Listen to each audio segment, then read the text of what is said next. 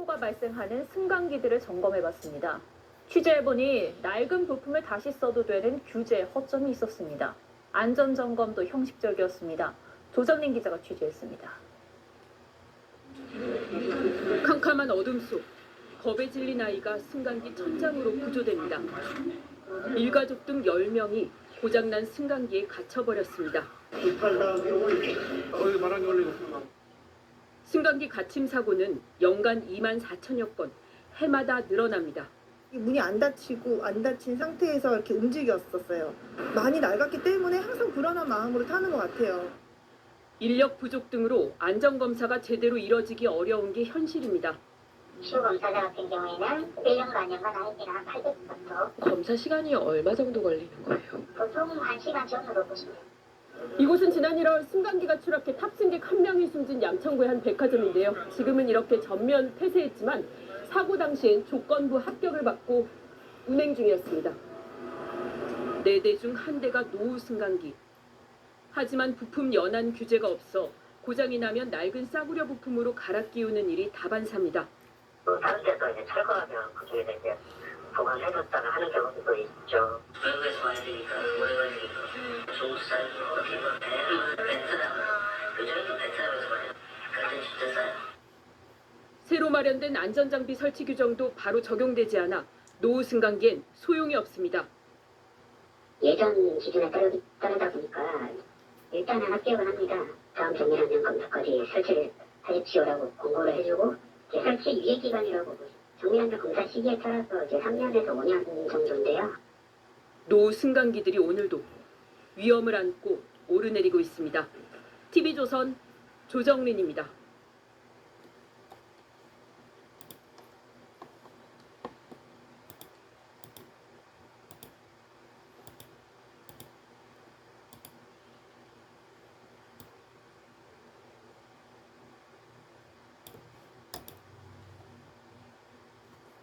새 아파트가 들어서면 당연히 승강기도 새 것일 거라고 여기는데 이 승강기가 사실상 중고나 다름없다고 합니다.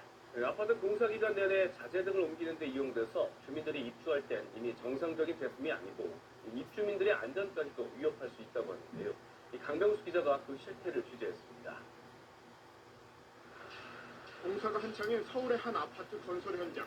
건설 노동자들이 쉬지 않고 자재들을 승강기로 옮깁니다.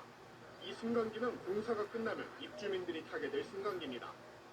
이 층으로 각종 이물질이 많이 유입해서 제대로 공사를 할 수가 없죠. 이것도 다 흠집 남은 상태로 공개가 되는 이렇게 공사 도중 사용된 승강기는 부품 일부를 교체하고 외장을 고친 뒤 새 승강기인 양 입주민들에게 넘겨집니다. 외장적으로는 이게 가려질 수가 있어요. 이렇게 활동해요. 이 내부 안에 로프가 들어가게 하면 하루에 50건을 움직인다고 해요. 공장으로 가면 얼마가 넘나요? 공사 초기엔 일반적으로 인력과 자재를 건물 외벽에 공사용 리프트를 설치해 옮깁니다. 하지만 아파트 골조 공사가 끝나면 승강기를 설치해 리프트 대신 운반용으로 사용합니다. 비용 절감과 공사 기간 단축을 위해서라는데 때로 길게는 1년 가까이 승강기를 공사에 사용합니다. 건설사는 어쩔 수 없다는 입장입니다.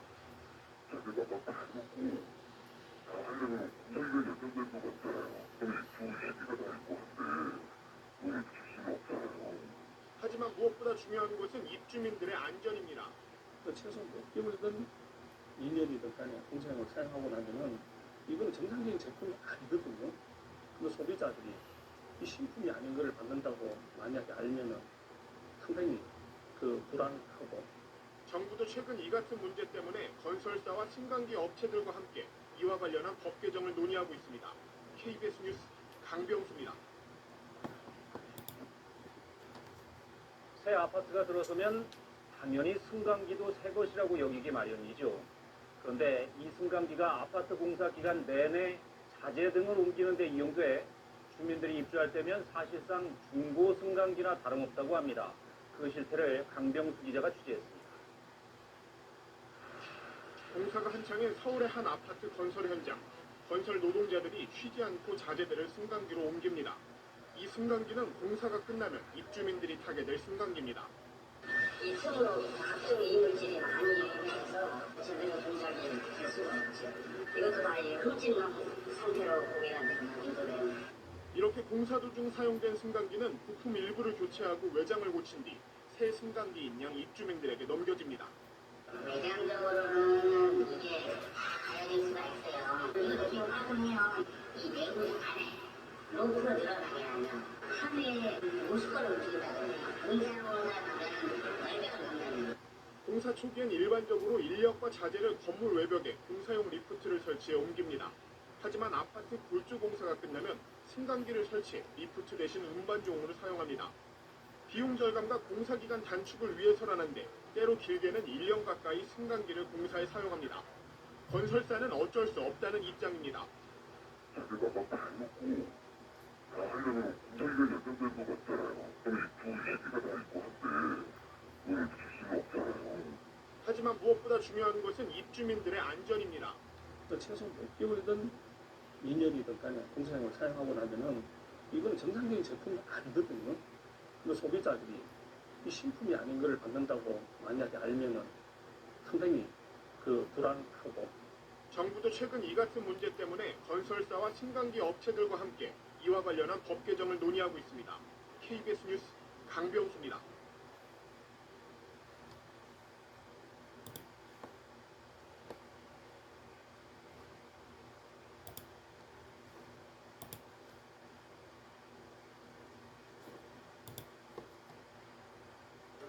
나는 혼자 사는데 왜 집채만한 가전만 파는 거야? 가전이 나한테 딱 맞출. 지역 도심 아파트 곳곳에서 승강기를 교체하는 공사가 진행되고 있습니다. 승강기 교체 공사 때는 대부분 옥상에 임시 통로를 둬서 주민 불편을 최소화하고 있는데요. 이를 만들 수 없는 곳에 사는 주민들이 큰 불편을 호소하고 있습니다. 유민호 기자. 지은 지 30년 넘은 순천의 한 아파트입니다. 승강기 교체 공사를 알리는 현수막이 걸렸습니다. 지난주부터 총 4개 동 승강기 18대를 바꾸는 작업이 진행 중입니다. 그런데 한 개 동 4개 라인은 라인별로 시간상 차등을 두고 승강기를 설치해 승강기 공사 때 주민들이 옥상을 통해 공사를 늦게 하는 승강기 라인을 이용할 수 있습니다. 하지만 나머지 3개 동 옥상은 경사진 양철 지붕으로 덮여 있어 주민들이 라인을 통해 다니기에는 안전사고 위험이 높기 때문에 모든 라인에서 공사가 동시에 이뤄집니다. 공사 기간 20일 동안 계단으로만 다녀야 하는 주민들. 새 승강기를 위해서 이를 참아야 한다는 반응이 많지만 불편하기는 불편하지 물건도 못 갖고 시장도 못 가고 그래. 지금은 안전하게 해야 맞지. 꼭대기인 14층을 비롯해 5층에 살거나 거동이 불편한 주민은 장시간 계단을 이용해야 하는 불편함을 호소합니다. 다리가 근육이 빠져가지고 외출을 좀 줄인다거나. 그랬지. 매일 저 동천에 다 끝에까지 갔다가 보면은 일부 주민은 공사를 멈추고 아파트와 시공사가 대책을 마련해야 한다며 춘천시에 민원까지 제기했습니다. 그 시설을 하시는 분들이 와가지고 직접 보시고 여기서 어떻게 안전하게 다닐 수 있는 통로를 할 수가 있는지 그걸 확인을 먼저 하고. 관리사무소와 입주자 대표회의 측은 시공사와 여러 각도로 옥상의 임시 통로 개설 등을 논의했지만 안전상 이유로 설치하지 못했다고 밝혔습니다. 또 불편을 줄이기 위해 거동이 어려운 주민을 자체적으로 돕고 있다고 설명했습니다. 보통 승강기는 설치 15년이 넘으면 노후 승강기로 분류하고 아파트마다 교체를 고려하게 됩니다. 순천의 준공 15년 이상 아파트 단지는 전체의 약 74%로 앞으로 승강기 교체를 둘러싼 불편과 갈등도 잦아질 전망입니다. MBC 뉴스 유민호입니다.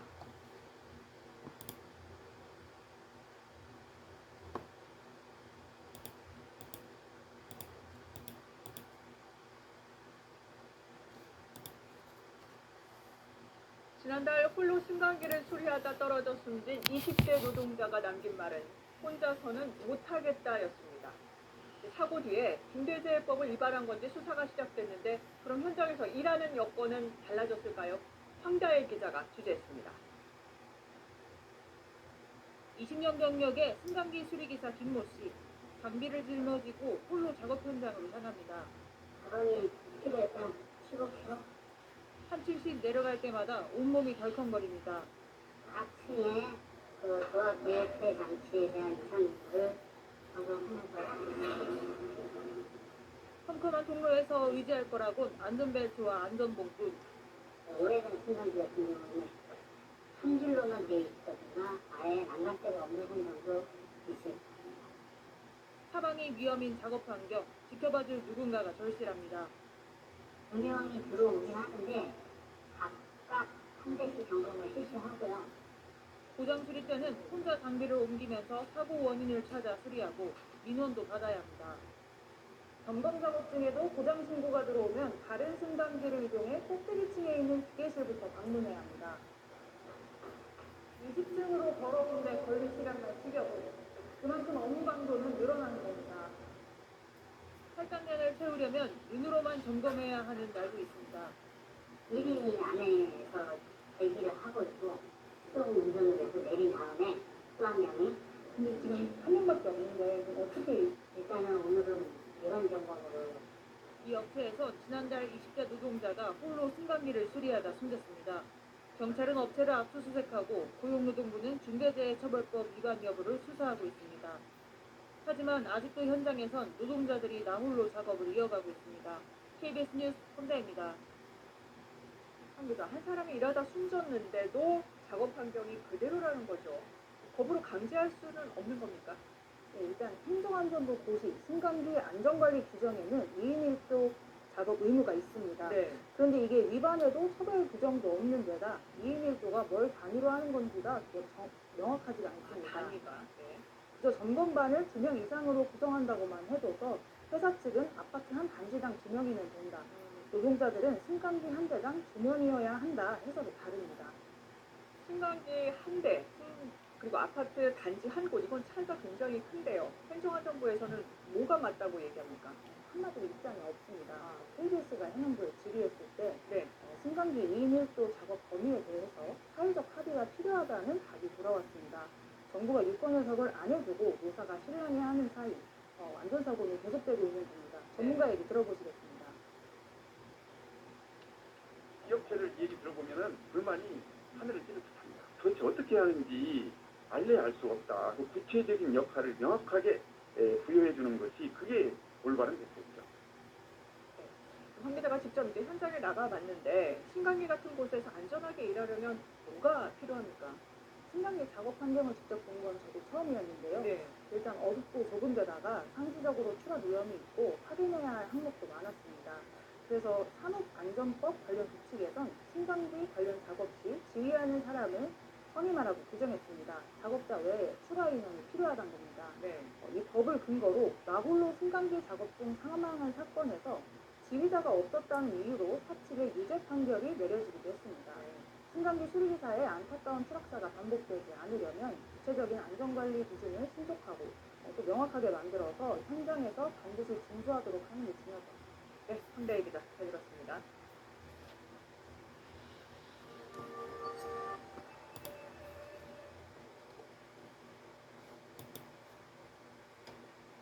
세자래. 아이 상처에 스피드가 생명. 하나. 20층이 넘는 아파트를 계단으로 걸어서 내려야 합니다. 기약도 없이 말이죠. 안전에 문제가 있어 정부가 승강기 운행을 중단시킨 아파트 얘기인데 한두 곳이 아닙니다. 일부 아파트에선 주민 불편이 너무 크다며 법을 어겨가면서 운행을 하고 있는 분이죠. 이러다 사고라도 나면 누가 책임져야 할까요? 이지옥자가 지어진 지 30년 된 경기도 수원의 13층 아파트 단지입니다. 몸이 불편한 고령의 입주민이 계단 난간에 몸을 의지한 채 힘겹게 계단을 내려갑니다.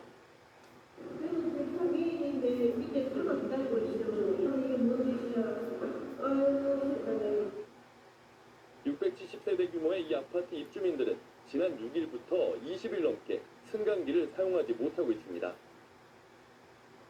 13층 중간에는 쉬어갈 수 있도록 이렇게 간이 의자까지 마련됐습니다. 안전검사를 통과하지 못해 운행 금지 처분을 받았기 때문입니다. 경북 경산의 970세대 아파트 단지도 마찬가지입니다. 오래된 승강기를 차례로 교체하고 있지만 주민 불편이 이만저만이 아닙니다.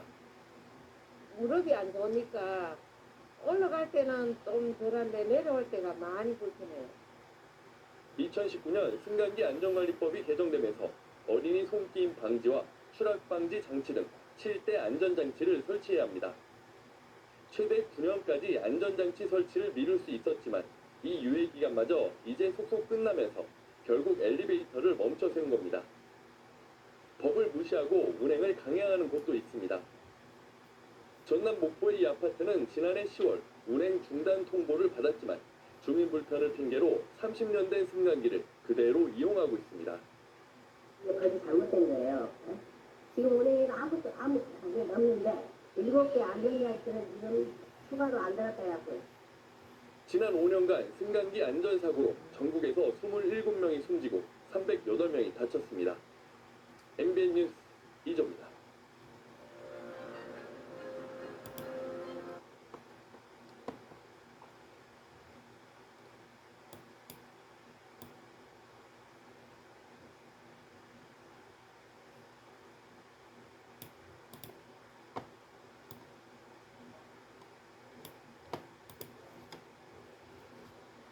부산에서는 아파트 승강기 교체 작업을 하던 30대 근로자 2명이 승강기가 갑자기 추락하면서 현장에서 숨졌습니다. 경찰은 승강기를 임시로 매달아 놓은 이중 장치에 문제가 있었던 것으로 보고 있습니다. 이 소식은 신건 기자가 보도합니다. 좁은 승강기 통로에서 소방대원들이 구조에 안간힘을 씁니다. 교체 작업을 위해 아파트 17층에 세워둔 승강기가 그대로 1층으로 추락한 겁니다. 당시 승강기 위에는 32살 강모 씨 등 근로자 2명이 작업 중이었습니다.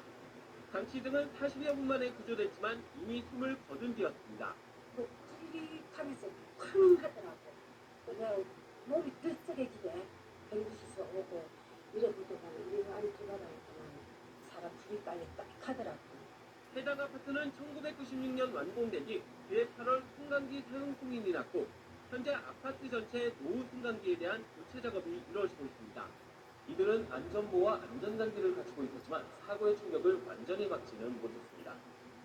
근로자들은 아파트 17층에 승강기를 세우고 세주가 고리를 이용해 이중에 추락 방지 장치를 설치한 것으로 추정됩니다. 와이어 줄을 제대로 했기 때문에 그러나 어디 매달아야 될까요, 그죠? 그 매달았는 게 제대로 되느냐 안 되느냐의 문제인데 지금 18층에 가보면은 그 흔적들이 남아있어요. 경찰은 또 승강기 교체 작업에 두 업체가 참여한 것을 확인하고 숨진 근로자 2명이 소속된 업체가 일감을 받아 위험한 업무를 도맡아 왔는지 아닌지 등도 함께 조사하고 있습니다. KBS 뉴스 신건입니다.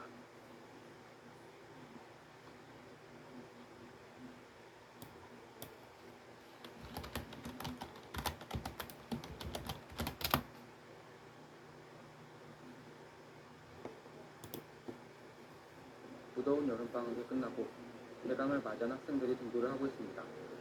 정문으로 등교를 한 학생들의 수가 지난 1학기보다 많아 보입니다. 학생들을 위해 교내를 운행하던 셔틀버스 노선이 변경됐기 때문입니다.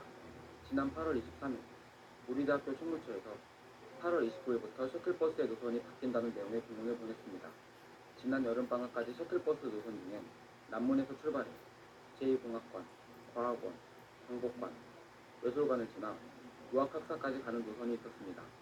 하지만 8월 29일부터 출발지가 백양로대에 위치한 교통광장으로 바뀐 겁니다.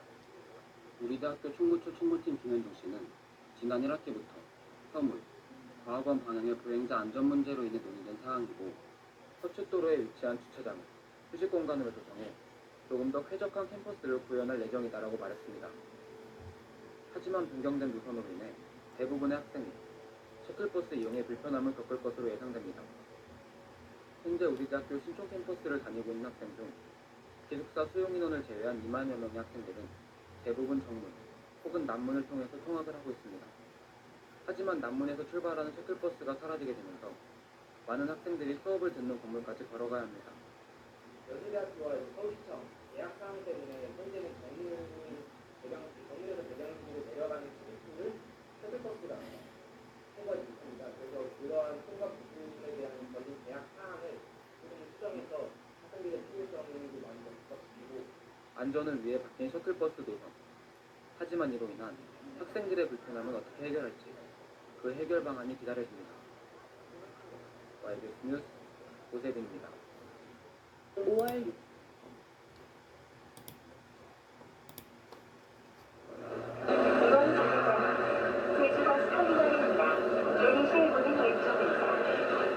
오른쪽에서 타고 내리는 일반 버스와 달리 운전석이 있는 왼쪽에서 문이 열립니다. 버스가 달리고 멈춰서는 곳도 도로 한가운데입니다. 전국에서 처음 선보인 섬식 정류장과 양문형 버스입니다.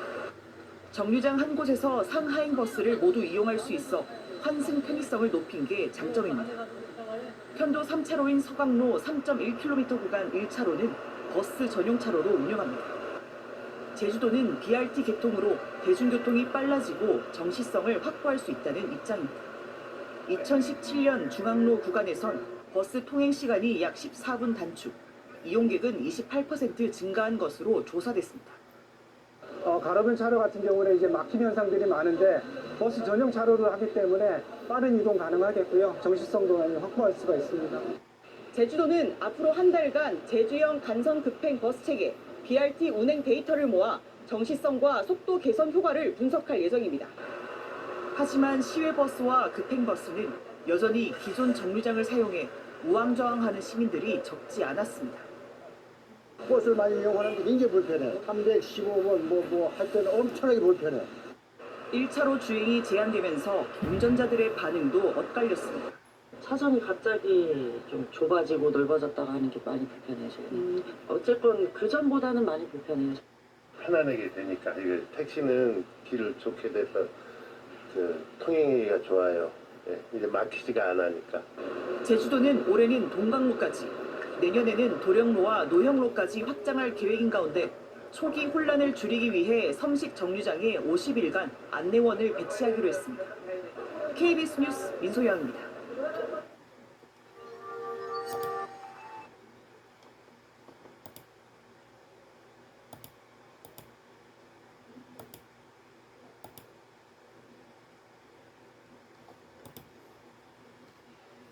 학교에서 현장 학습을 갈 때 일반 버스는 안 되고 어린이 통학 버스만 타야 한다.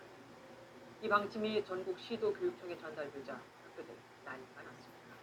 당장 어디서 스쿨 버스를 구하냐? 관광버스를 다 노랗게 칠할 수도 없고 그렇게 바꾼 버스는 어른들 용으로는 아예 쓸 수도 없다니 어쩌란 말인가 라면서 정부는 해라, 교육청은 못한다 버티면서 결국 가운데 있는 학교만 난처하게 됐습니다. 박유현 기자가 취재했습니다. 한 달 전 교육부가 각 시도교육청에 내려보낸 공문입니다. 법제처 해석에 따라 수학여행 등 현장 학습을 갈 때 어린이 통학버스만 타야 하고 위반하면 과태료가 부과될 수 있다고 나와 있습니다. 예전처럼 전세버스에 학생을 태워선 안 된다는 건데 이게 말처럼 쉽지 않습니다. 어린이 통학버스는 어린이 체형에 맞게 발판을 설치하고 정해진 표시등과 표지판, 승하차 안내판도 부착해야 하며 차 전체를 노란색으로 칠해야 합니다. 이렇게 개조하는 비용도 만만치 않은데 무엇보다 어린이 통학용으로 신고하면 어른 승객을 태울 수 없습니다. 17개 시도교육감들은 당장 적용하는 건 무리라며 정부의 대책 마련을 촉구한 상황.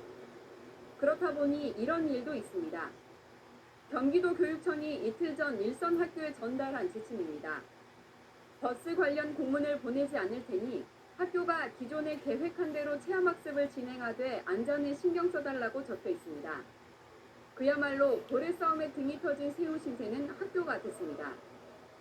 겁을 어기면서 가는 거잖아요. 근데 사고라도 나면 아무도 도와주지 않고 교육청은 책임이 없기 때문에 그냥 학교에서 안전에 만전에 기하고 다녀와라는 내가 어쩌자는 건지. 현장 혼란이 불보듯 한데 추가 조율 없이 공문부터 전달했던 교육부는 뒤늦게 수습에 나섰습니다. 이주호 교육부 장관은 경찰청과 협의하고 있다며 원만한 방안이 나올 거라고 설명했습니다. MBN 뉴스 박영희입니다. 안녕하세요. 김주하입니다. 공정하고 신속한 MBN 뉴스 유튜브를 통해서도 만나보실 수 있습니다. 특히 더 많은 뉴스와 라이브를 보고 싶으시다면 오른쪽을 눌러서 구독하시면 됩니다. 어렵지 않죠? 빠르고 정확한 뉴스로 계속 찾아뵙겠습니다. MBN 뉴스를 시청해주신 여러분 고맙습니다.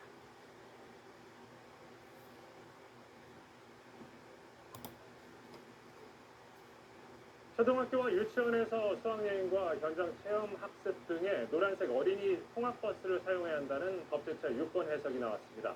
경찰은 이로 인해서 교육 현장에서 혼란이 빚어지자 당분간 단속을 유예하겠다고 밝혔습니다. 지원방송 최경식 기자입니다. 춘천의 한 초등학교. 이 학교는 다음 달 전세버스를 이용해 서울로 떠나려던 6학년 수학여행 계획을 전면 취소했습니다. 법제처가 어린이 통학버스로 신고하지 않은 전세버스를 수학여행과 현장 체험학습 등에 투입 못하도록 한 것에 대해 교사들이 안전상 부담을 느꼈기 때문입니다. 책임에 대한 면책이라든가 또는 사고 발생 시 결과들에 대한 유예라든가 처벌이 유예가 되는 것이 아니기 때문에 그 부분들을 이제 가장 어렵게 생각하시는 것 같습니다. 학교 측은 조만간 운영위원회를 열어 수학여행 대체 프로그램을 논의할 계획입니다. 경찰이 단속을 유예하면서 2학기 수학여행과 현장 체험학습의 줄 취소 사태는 피했지만 학교와 전세버스 업계는 여전히 어수선합니다. 현재 도내 어린이 통학버스로 신고된 전세버스는 10대가량에 불과해 대체 운송수단을 구하고 싶어도 버스가 없습니다. 전세버스 업계도 난감하긴 마찬가지. 단속만 유예됐을 뿐 법 개정이 이뤄지지 않을 경우 한 대당 1,000만 원 가량을 들여 통학버스로 개조를 해야 어린이 이용이 가능합니다. 개조 이후에는 어른들 이용이 사실상 불가합니다. 언제까지 유예라는 그런 기간도 정해져 내려오지 않아서 완전히 법을 개정해서 완전하게 우리가 이용할 수 있도록 그렇게 해주는 게 가장 좋다고 생각이 합니다. 전국 전세버스 업계는 정부가 관련 지침을 전면 재검토하지 않을 경우 다음 달 초 대규모 상경 집회와 운행 거부를 예고하고 있어 논란은 당분간 계속될 전망입니다. 지원뉴스 최경식입니다.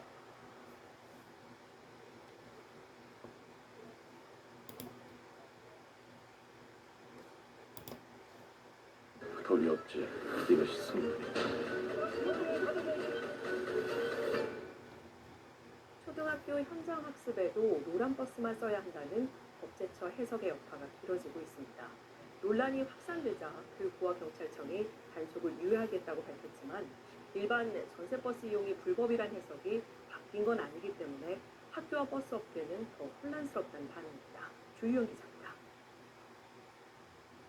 다음 달부터 2학기 현장 체험학습을 가려던 한 초등학교. 하지만 노란 버스를 확보하기 어려워 계획을 접기로 했습니다. 그러자 이번엔 체험학습을 가라는 교육부 공문이 내려와 혼란스럽습니다. 단속이 유예됐을 뿐 일반 전세버스 이용이 불법이란 해석이 바뀐 건 아니기 때문입니다. 불법이 아니더라도 다인들 책임인데 불법이면서 알면서 가는데 다인들 책임이라면 어떤 선생님들이 다 가려고 하겠어요. 버스업계 소갈이도 길어지고 있습니다. 이 전세버스 업체는 경찰의 단속 예고 때문에 계약 7개가 줄줄이 취소되거나 미뤄졌습니다. 단속을 유예한다지만 한 번 취소된 계약이 살아나진 않습니다. 운행을 못한다 취소를 하게 돼버리면 저희는 그 하루에 1,000만 원 버리는 겁니다. 만약 지금 현재 예약한 학교권에 대해서만 기다릴 수 있는 상황은 아니에요.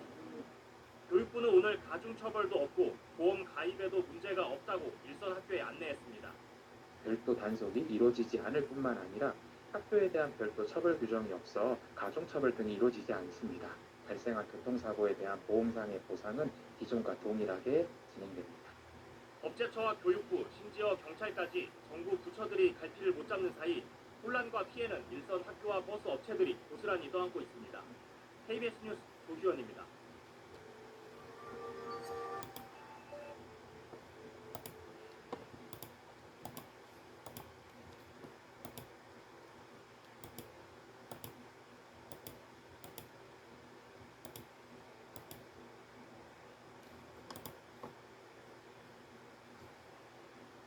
뉴스데이 2부 시작하겠습니다. KTX 8선 사고가 난 강릉선 구간은 오늘 첫차부터 정상화됐지만 열차 이용객들은 어젯밤까지 큰 불편을 겪을 수밖에 없었습니다. 강릉역에서 진구역 구간에 셔틀버스 40여 대가 투입됐지만 역부족이었습니다. 조규환 기자입니다. 강릉역에서 진구역까지 KTX 승객들을 실어나를 버스가 서 있습니다. 강추위 속에 한참을 기다리던 승객들은 서둘러 버스에 오릅니다. KTX로 20분도 안 되는 거리를 버스로 1시간 가까이 가다 보니 일정에 차질을 빚었습니다. 이제 우리 숙소에서 또 뭐 그렇게 차를 데리러 오는 과정 이런 거가 시간들이 다 차질이 있어서 막 딜레이되고 막 그랬죠. 강릉역과 진부역에 각각 20여 대, 모두 40여 대의 버스가 투입돼 구역 사이를 오갔습니다. 코레일이 안내 문자를 보냈지만 정작 승객들은 어디서 버스를 타야 할지 찾지 못해 대부분 우왕좌왕했습니다. 예상한 도착 시간보다 늦었고 어차피 1박 2일로 다녀서 촉박한 여행이다 보니까 시간이 좀 잡아먹은 점이 좀 불편했죠. 또 평소보다 최소 1시간 일찍 역으로 나와 이동 방법을 문의하고 한참을 기다리는 불편함을 겪었습니다. 연이은 KTX 사고의 불안감도 커지고 있습니다. 걱정이 되죠. 앞으로 여행할 때 어떻게 이것도 사고가 일어나지 않을지는 모르는 거니까. 코레일이 승차권 환불과 대중교통 이용료 보상 등 대책을 내놨지만 KTX 열차에 대한 불신은 쉽게 사라지지 않을 것으로 보입니다. MBC 뉴스 조비안입니다.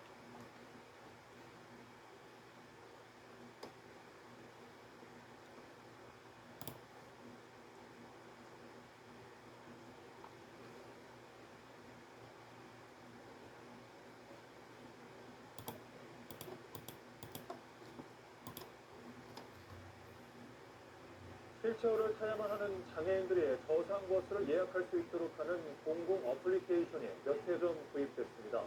그런데 이용률은 저조하다고 합니다. 오류가 잦고 사용하기도 불편한 공공 어플리케이션의 문제점, 이다영 기자가 현장 취재했습니다. 사무실에 가기 위해 길을 나선 중증 장애인 배영준 씨. 광주 교통약자버스 모바일 앱을 통해 저상버스 예약을 시도해봅니다. 하지만 예약이 안 된다는 알림창만 나타납니다. 배 씨가 있는 정류소에 일반 버스가 먼저 도착하는 상황에서는 뒤에 오는 저상버스를 예약하는 게 불가능하기 때문입니다.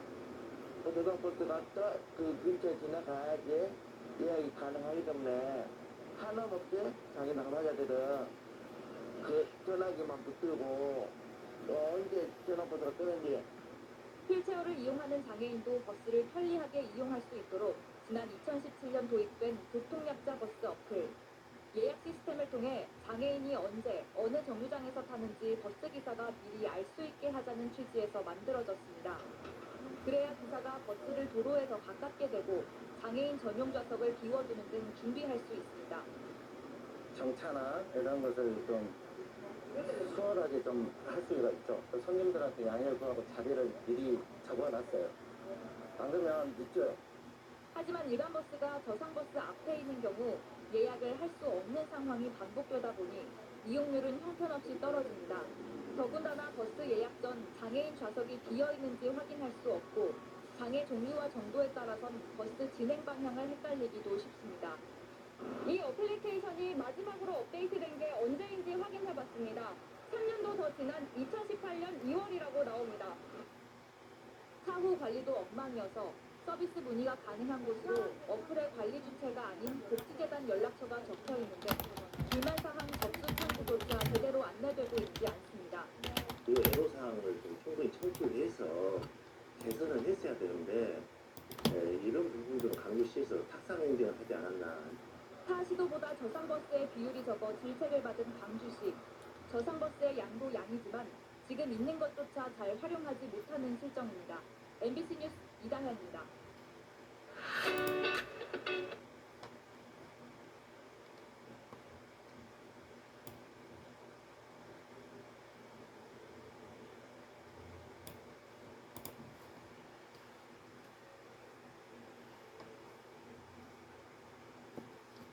장애인 화장실은 10층에 준비되어 있습니다. 서울 강남의 한 상가 건물 1층 화장실에 붙어있는 안내문입니다. 정작 10층에 있는 장애인 화장실은 물건이 가득 쌓여있는 창고와 다를 바 없었습니다. 그런데 문제는 이곳만이 아니었습니다. 신진 기자가 취재했습니다. 서울 수서동의 20층짜리 상가 건물. 1, 2층에 상점과 병원 등 편의시설이 집중되어 있습니다.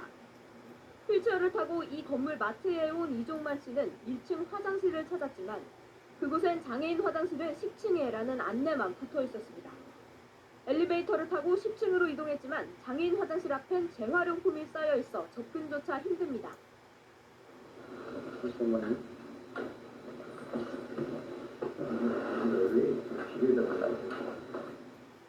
현행법은 남녀 화장실을 구분해 하나 이상 설치하면 된다고 규정할 뿐 개수와 위치에 대한 설명은 없습니다. 서울 방이동의 또 다른 빌딩도 마찬가지. 1층 카페 옆에 화장실이 있지만 장애인 화장실은 4층입니다. 불편하죠. 참을 수가 없어. 장애인 화장실을 완전히 없애버리는 거죠. 이름 있으라 많아. 될 수 있으면 아래층에다 해주는 게 좋죠.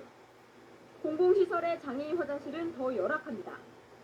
종로구청의 화장실은 청소도구 때문에 휠체어가 드나들기 어렵고 문고리는 고장나 안에서 잠글 수 없습니다. 강동구청의 화장실도 변기옆 손잡이에 대걸레를 세워뒀습니다. 현재 법률이 제정된 것이 98년이기 때문에 이제 시행된 지가 거의 10년이 넘었죠. 20년 가까이 되기 때문에 규정이라든가 이런 부분은 개정해야 될 필요가 높아지고 있습니다. 복지부는 공공건물에 대해선 기존 법규보다 엄격한 장애물 없는 생활환경 인증을 의무로 받도록 했습니다. 하지만 공공시설이 아닌 일반 건물은 이 규제에서 제외돼 실효성이 없다는 지적입니다. JTBC 신진입니다.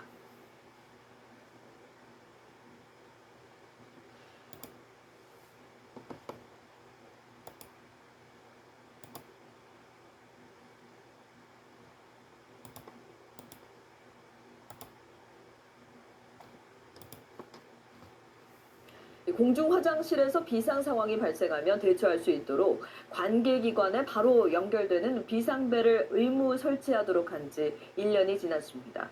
하지만 부산 지역 공중 화장실 10곳 가운데 3곳은 아직도 비상벨이 없습니다.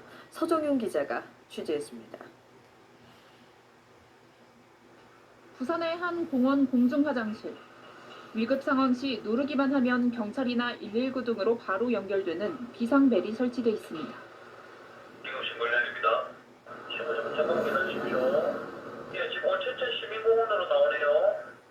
밀폐된 화장실에서 이딴 범죄가 발생하자 정부는 2021년 공중화장실 비상벨 설치를 의무화하고 지난해 7월부터 본격 시행했습니다. 하지만 부산 지역 공중화장실 821곳 중 260여 곳에는 아직 비상벨이 설치돼 있지 않습니다. 시민들이 자주 찾는 공원 인근에 있는 화장실입니다. 안으로 들어가 보면 비상벨을 찾을 수 없습니다. 각 자치단체가 전력 공급을 할 수 없거나 경찰이 출동하기 어려운 곳은 조례로 설치 대상에서 제외했기 때문입니다. 여기 산지에 있는 화장실이 되면서 출동하는데 시간도 많이 걸리고 해서 좀 실익이 없다는 그런 의견을 받아가지고 인적이 드물고 경찰 출동이 어려울수록 범죄 위험이 높은데도 사실상 손을 놓고 있는 겁니다. 산에 좀 위험한 곳에 위치가 돼 있어서 그런 화장실을 좀 비상벨을 사용했으면 좋겠는데 2020년 이후 3년간 전국 공중화장실에서 발생한 범죄는 1,500여 건. 전기나 통신 연결이 어렵다면 경고음 작동 등 손쉬운 대책이라도 우선 필요하다는 지적이 나옵니다. KBS 뉴스 서정윤입니다.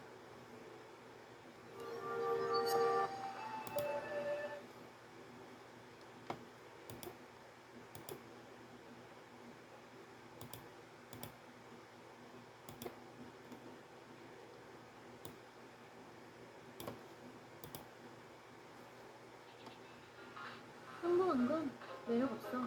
톡톡 터지니까 리얼이지. 진짜야. 전체 경찰 10명 가운데 1명은 여성 경찰이지만 근무 환경은 여전히 남성 위주에 머물러 있습니다. 화장실은 공용에 별도의 여성 샤워실이 없는 곳도 많았습니다. 그 실태 이준범 기자가 전합니다. 서울의 한 경찰서 지구대 직원용 화장실을 남녀가 공용으로 사용하고 있습니다.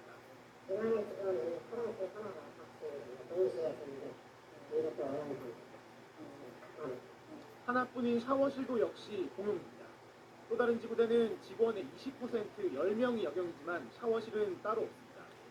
남성 샤워실은 건물 안에 2곳이나 있지만 여성용은 화장실 안에 있습니다.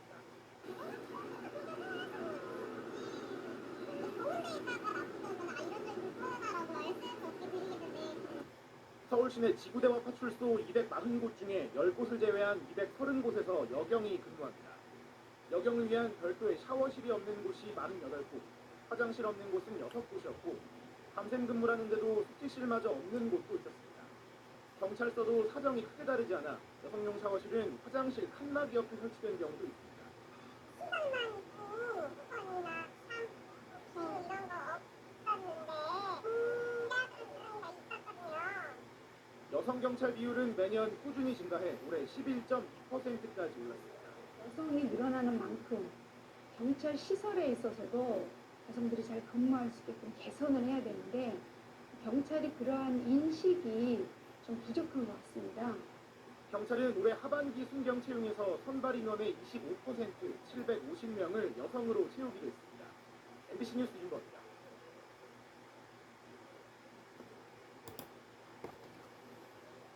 한 남성이 한강공원에서 촬영한 공공화장실의 모습입니다. 열려있는 문 사이로 남성의 소변기 부분이 그대로 노출됩니다. 또 다른 곳에 위치한 휴게소 화장실의 사진. 여러 개의 남성 소변기가 그대로 관찰됩니다. 이처럼 타인의 시선을 고려하지 않은 휴게소나 지하철, 대학교 등의 일부 남자 화장실 구조에 개선이 필요하다는 목소리가 나오고 있습니다. 남성들은 후진적인 구조로 인해 뒷모습이 적나라하게 보인다며 불편을 토로합니다. 민망하고 기분이 좋진 않죠. 우선 여성분들 화장실 같은 경우는 칸막이로 돼 있잖아요. 그러다 보니까 이제 어느 정도 인권이 지켜진다는 생각이 든다. 남자들의 인권은 조금 무시되고 있는 게 아닌가 싶기도 하고 저희도 민망하죠. 지나가다 볼일 보는 모습을 보게 되는 여성들 역시 민망하다는 의견. 보면은 저걸 좀 받아주지. 남자니까 민망한데 어떡하나. 자기가 뭐 그렇다고 보여주고 싶은 모습은 아니니까 민망하겠고 어쩔 수 없이 가야 한다는 상황이 되게 불편한 것 같아요. 이곳은 마포구에 위치한 한 빌딩의 화장실 아닙니다. 여자 화장실에서 바깥으로 나가려면 반드시 남자 화장실을 거쳐야만 하는 구조로 되어 있는데요. 이 상황에서 남자 소변기가 얼마나 노출되는지 양쪽의 시선을 통해 알아보겠습니다. 가림막이 없어 남성의 뒷모습이 노출되고 열린 문 사이로 지나가는 여성들의 모습이 관찰됩니다. 이렇다 보니 몇몇 대학 게시판에선 화장실의 구조를 바꿔달라며 여론을 모으는 글도 올라옵니다. 한 교대의 학생인 남성은 설치된 소변기 3개 중 2개가 밖에서 훤히 보인다며 처음부터 구조가 잘못됐다는 글을 올렸고 또 다른 대학교의 일부 학생들은 재학생을 대상으로 자체 설문조사를 실시해 외부에서 노출되는 남자 화장실의 구조를 개선해달라는 서명을 받기도 했습니다. 이 밖에도 여성 장애인 화장실이 남자 화장실 바로 옆에 있다거나 남녀 공용 화장실의 간격이 지나치게 좁은 것도 비슷한 문제로 지적됩니다. 이런 고질적인 문제를 인식한 행정안전부는 공중화장실 설치 기준을 개정해 내년부터 적용하기로 했습니다.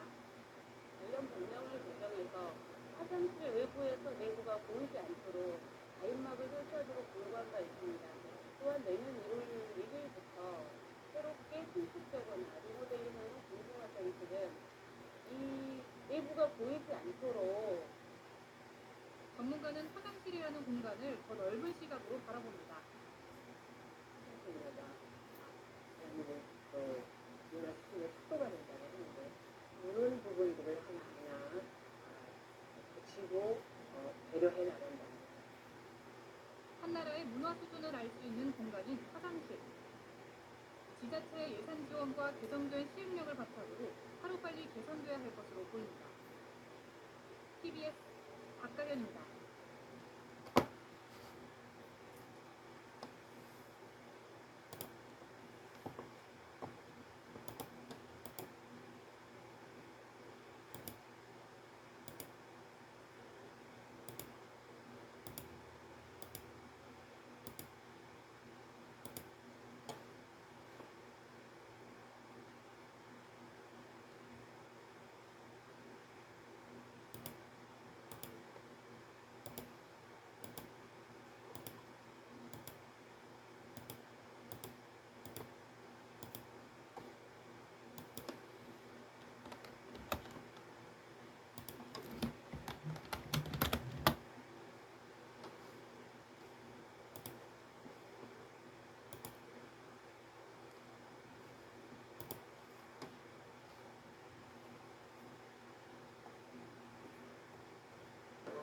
세상엔 두 가지 제로가 있지.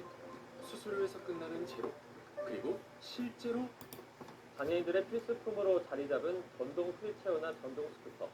그러나 정작 장애인 화장실에서는 사용이 쉽지 않다는 사실 알고 계십니까? 과거 수동 휠체어 규격에 맞춰 정해진 장애인 화장실 면적 기준이 전동 휠체어의 크기를 따라가지 못해 벌어지는 일이라는데요. 자세한 사연 안윤아 기자가 취재했습니다.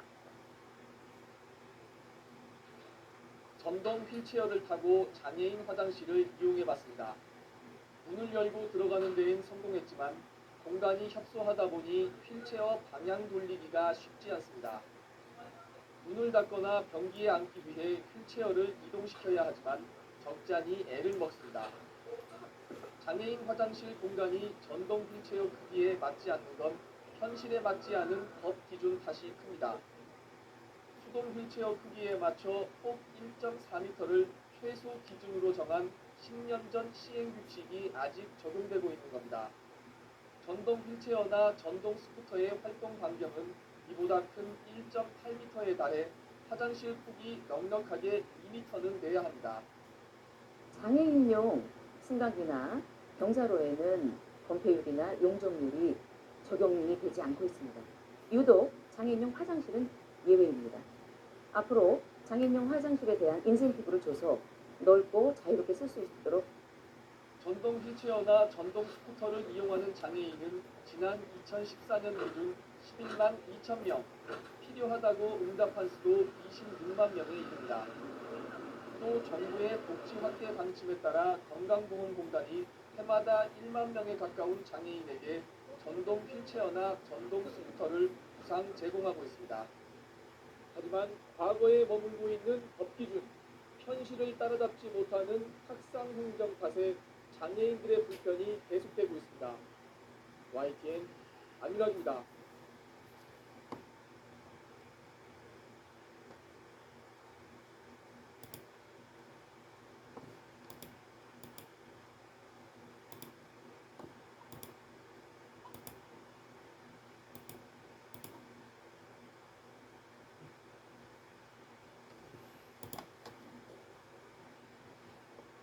광주 남구의 한 건물 3층에 있는 발달장애인 주간보호센터입니다. 한 발달장애인이 사회복지사와 함께 엘리베이터를 타고 옆 건물로 이동합니다. 여기 계단 조심해야 돼. 여기 봐봐. 발달장애인이 찾아간 곳은 옆 건물의 한 장애인용 화장실. 센터와 같은 층에 있던 장애인용 화장실이 일주일 전 없어지고 일반 화장실로 바뀌었기 때문입니다. 1, 2층에 장애인용 화장실이 있지만 세면대가 없어 손조차 씻을 수 없는 상황입니다. 처리를 못하는 애들이 거의 대부분이에요. 장애인 화장실에서는 그래도 넓으니까 교사나 선생님들이 들어가서 같이 해줄 수가 있는데 장애인 화장실을 일반 화장실로 개조한 곳입니다. 이렇게 사람 한 명이 들어가면 한 칸이 꽉 차다 보니 보호자와 함께 이용해야 하는 발달장애인은 이용이 어렵습니다. 장애인용 화장실을 없앤 건 같은 상가 입주자들입니다. 입주자들은 일반 화장실이 무단으로 장애인용 화장실로 개조됐고 비장애인들이 이용하는 데 불편함으로소에 원상복구했다고 주장합니다. 하지만 센터 측은 무단 개조한 적이 없다며 장애인 권리를 무시한 처사라고 말합니다. 편의시설을 하나가 배제됨으로써 이렇게 밖으로 내몰아야 되는 그 상황이 좀 이해가 안 가서 장애인 주간보호센터는 광주에만 39곳, 대부분 보조금을 받는 비영리 기관이다 보니 편의시설 부족이나 차별을 겪는 경우가 많습니다. 이제 그 역할을 국가에서 다 하지 못하니까 그 센터에서 하고 있는데 좀 더 장애인들에게 접근성이라든지 안전하고 편리한 공간이 되어야 한다.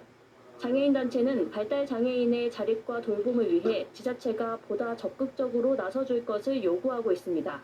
KBS 뉴스 손민주입니다.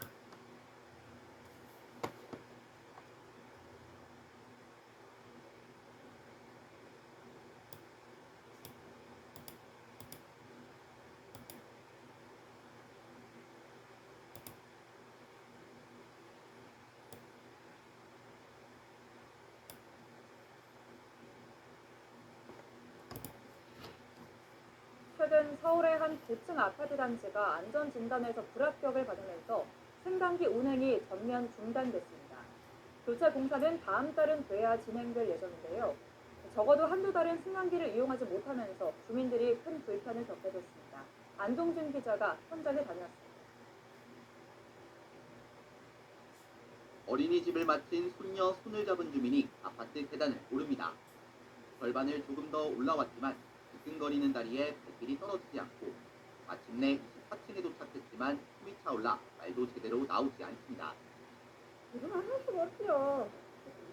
나이가 있고 힘들죠. 서울 중대동에 있는 5동짜리 아파트 단지.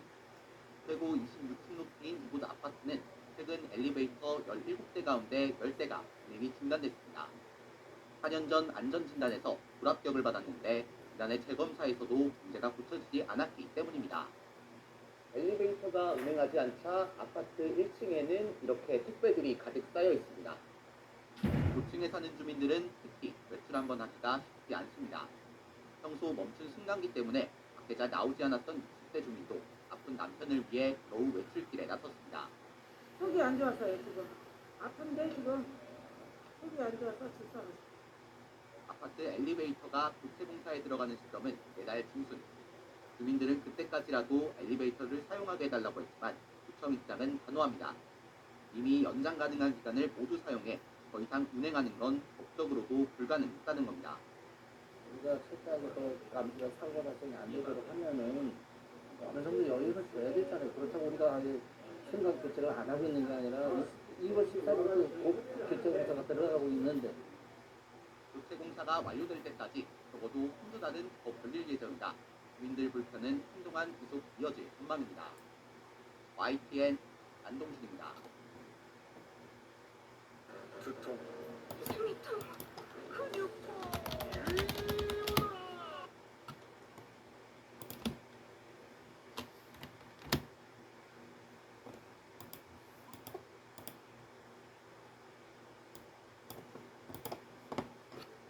예순여섯 살 조모 씨가 사고를 당한 현장에서 경찰의 합동 감식이 진행됐습니다. 감식은 승강기의 오작동 원인에 집중됐습니다. 이곳에서 사망 사고가 일어나면서 해당 엘리베이터는 현재 폐쇄된 상태입니다. 사고 당일 행복한 백화점 측은 승강기 안전 점검에 문제가 없었다고 밝혔습니다. 하지만 사고 승강기는 지난달 20일 안전 점검에서 승강기 본체와 벽면 간격이 기준치인 10mm보다 더 멀고 비정상적으로 느린 문제점을 지적받은 것으로 드러났습니다. 무엇보다 승강기가 갑자기 빠르게 이동하며 자동 정지되는 장치가 고장나 있었습니다. 경찰은 이런 문제가 사고와 연관이 있는지 조사 중입니다. 당시 점검업체는 2달 안에 다 고치는 조건으로 검사를 통과시켰습니다. 숨진 조 씨는 주말을 맞아 아내와 함께 영화를 보러 영화관에 가던 길이었습니다. 사람들이 정말 많이 이용하는 곳이잖아요. 그런 데에서 그런 일이 벌어진다는 게 좀 이해가 안 가죠. 조 씨는 사고 직후 가까운 권역응급센터로 옮겨졌지만 수술을 받지 못한 채 다른 병원으로 옮기는 과정에서 숨졌습니다. 당직인 흉부외과 의료진이 한 팀뿐인데 수술 중이었다고 병원 측은 밝혔습니다. SBS 전용우입니다.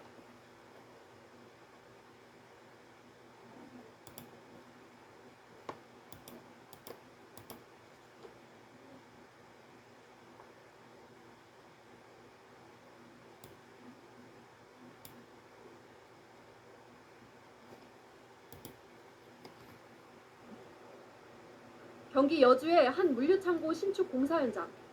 높게 솟은 타워 크레인 기둥에 승강기 구조물들이 휘어진 채 간신히 매달려 있습니다. 오늘 오전 7시쯤 아파트 10층 높이의 타워 크레인에서 안전 점검을 하던 50대 남성 2명이 추락해 숨졌습니다. 사고가 난 타워 크레인은 공사장 안에 그대로 서 있고 현재 작업은 멈춘 상태입니다. 이들은 장비 점검업체 소속 직원들로 크레인 꼭대기에서 안전 점검을 하다 사고를 당한 것으로 알려졌습니다. 이들이 타고 있던 간이 승강기가 순식간에 아래로 떨어져 버린 겁니다. 그러면 7시에 달고다 그러면 그만 나는데 그렇지. 응급차가 온다고. 내가 보니까 뭐 번쩍번쩍해 하자마자 119 차가 와서 그래 있더라고. 이들은 추락 방지용 안전고리를 착용하고 승강기에 몸을 연결한 것으로 알려졌는데 승강기 자체가 무너져 떨어지는 바람에 사고를 피할 수 없었습니다. 취재 결과 이들은 전날 이뤄진 산업안전보건공단의 정기 점검에서 크레인과 승강기에 안전상 문제가 있을 수 있다는 지적을 받고 보강 점검을 벌이던 중이었습니다. 안전점검에서 불합격이 나와가지고 정밀 진단을 하기 위해서 올라갔다가 리프트라고 그게 무너져 내렸대요. 노동절 앞두고 비 오는 날 아침에 위험한 작업을 한다는 게 참 그게 안타깝죠. 해당 공사장은 공사비 418억 원 규모로 중대재해처벌법 적용 대상인 것으로 확인됐습니다. 경찰과 고용노동부는 승강기 접합 부위 등에 구조적인 문제가 있었는지, 또 점검 과정에서 안전수칙이 제대로 지켜졌는지 등을 조사하고 있습니다. MBC 뉴스 김정입니다.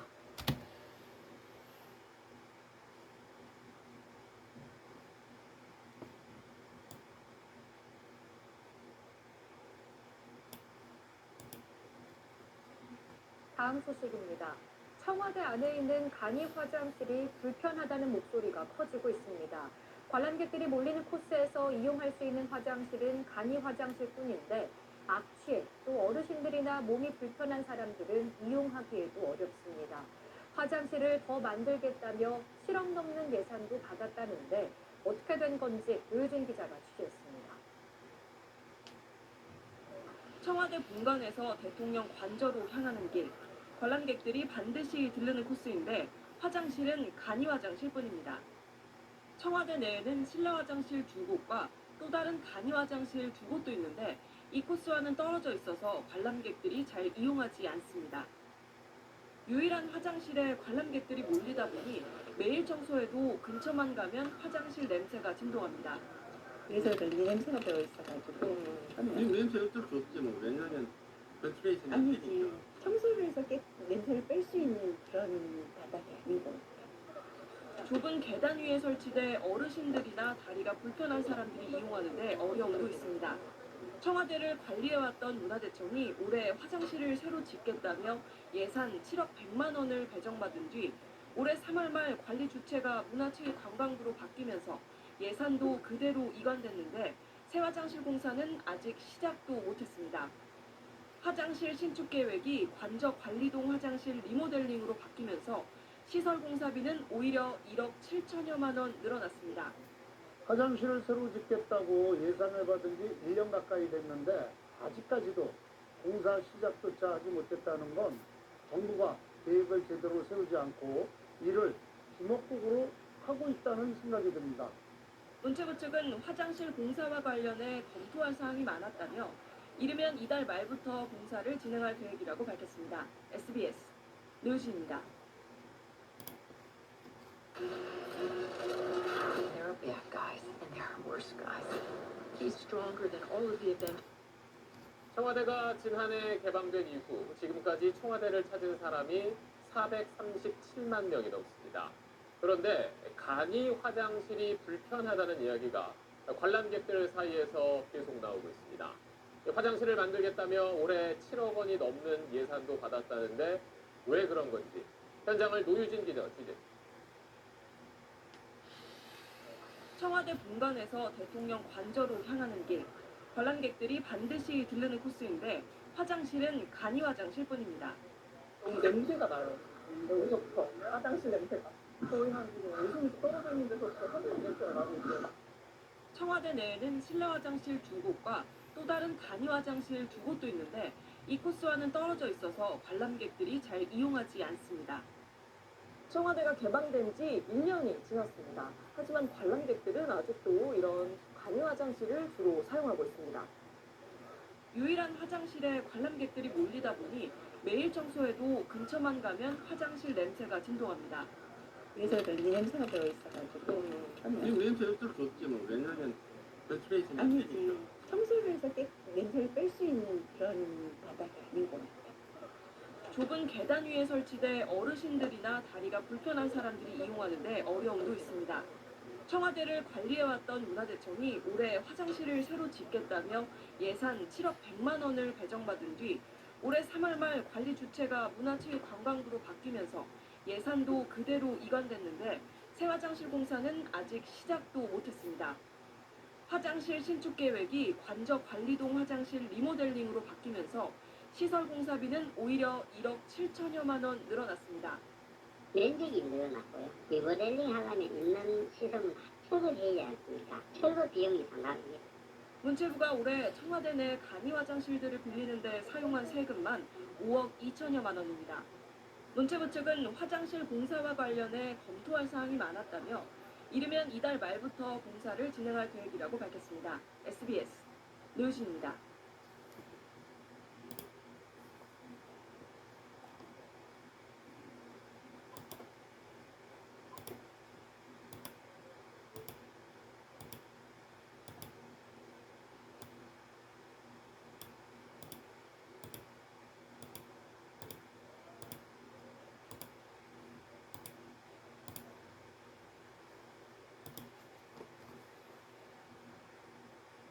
(1,300여) 가구가 사는 아파트에서 한밤중에 고의로 승강기 운행을 중단시킨 일이 벌어졌습니다. 승강기 안전검사를 받지 않자 지자체가 운행 중단 명령을 내린 건데요. 주민 갈등으로 입주자 대표회의를 구성하지 못한 게 원인이라고 합니다. 김지선 기자가 취재했습니다. 한밤중 아파트 관리사무실에 주민들이 몰려들었습니다. 관리사무소가 갑자기 승강기 운행을 중단했기 때문입니다. 20층까지 있는데 20층에 계신 분들은 걸어 올라가고 내려와야 되는데 그 고통을 어떻게 할 거냐 이거죠. 무슨 일이 있었던 걸까? 이 아파트는 지난 1월 승강기 안전검사에서 조건부 합격 판정을 받았습니다. 안전을 위해 보수공사를 실시하고 2달 안에 다시 검사를 받으라는 겁니다. 아파트 동대표들로 구성된 입주자 대표회의에서 업체를 선정해 공사를 해야 하는데 넉 달 넘게 입주자 대표회의를 구성하지 못하면서 문제가 생겼습니다. 입주자 대표로 뽑혔다가 해임된 주민이 이에 불복해 소송을 제기하는 등 복잡한 갈등 관계가 얽혀 있습니다. 1월 6일부터 지금까지 10차례 공고했습니다. 네. 주민들이 자발적으로 나와줘야 되는데 안 나옵니다. 결국 수원시청은 기간 내에 안전검사를 통과하지 못한 승강기 운행을 중단하라고 통보했습니다. 입주자 대표회의가 구성이 먼저 돼야 됩니다. 그래서 그쪽에서 관리비 집행과 같은 중요사항에 대한 의결을 해줘야 방향을 결정할 수 있는 부분이기 때문에 주민 불편이 이어지자 시청이 운행 정지 시행일을 연기해 승강기 운행은 일단 재개됐지만 주민들이 대표를 뽑지 못하면 또 다른 갈등이 불거질 수밖에 없습니다. KBS 뉴스 김지선입니다.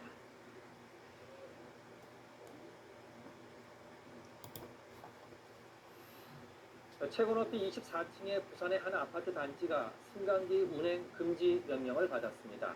10년 가까이 안전장치를 설치하지 않았기 때문인데요. 오늘부터 운행이 중단돼야 하지만 관리사무소 측이 운행을 강행하고 있다고 합니다. 자, 그동안 3차례나 유예 기간을 줬는데도 아파트 측은 이를 계속 무시해왔습니다. 강혜슬 기자가 취재했습니다. 13개동 880가구가 살고 있는 부산의 한 아파트. 아파트 현관마다 승강기 운행 중단을 알리는 안내문이 붙어 있습니다. 갑작스런 승강기 운행 금지 소식에 주민들은 황당하게 바랍니다. 나만 하면 되니까 뭐 어쩔까. 말 없었어요. 아무 말도 없었어요. 몰라서. 관련법에 따라 어린이 손기임 방지 등 7개의 안전장치가 의무적으로 설치돼야 하지만 지켜지지 않은 겁니다. 승강기 안전공단이 2011년 첫 안전검사 이후 3차례나 유예 기간을 줬지만 아파트 관리사무소 측은 이를 계속 무시해왔습니다. 최종적으로 지금 계속 이제 해드려주는 부분까지는 다 했는데도 불구하고 조치가 안 돼가지고 그렇게 밝힌 것 같습니다. 오늘 오전 10시부터 승강기 운행이 중단돼야 하지만 관리사무소 측은 주민들의 불편을 핑계 삼아 운행을 강행하고 있습니다. 관해구청은 해당 아파트를 고발할 예정입니다. 운행을 해야 되는데 노약자분들이 많다 보니까 실제로 이제 휠체어 타시는 분들, 어린이집에 있는 사람들이 이제 좀 있어요. 그래서 올해까지 안전장치 설치를 마쳐야 하는 승강기는 전국 26,100여 대로 추정됩니다. 특히 이 가운데 설치 유예 기간이 임박한 승강기들이 많아 운행 금지를 둘러싼 갈등이 전국으로 확산할 가능성도 제기됩니다. KBS 뉴스 강예슬입니다.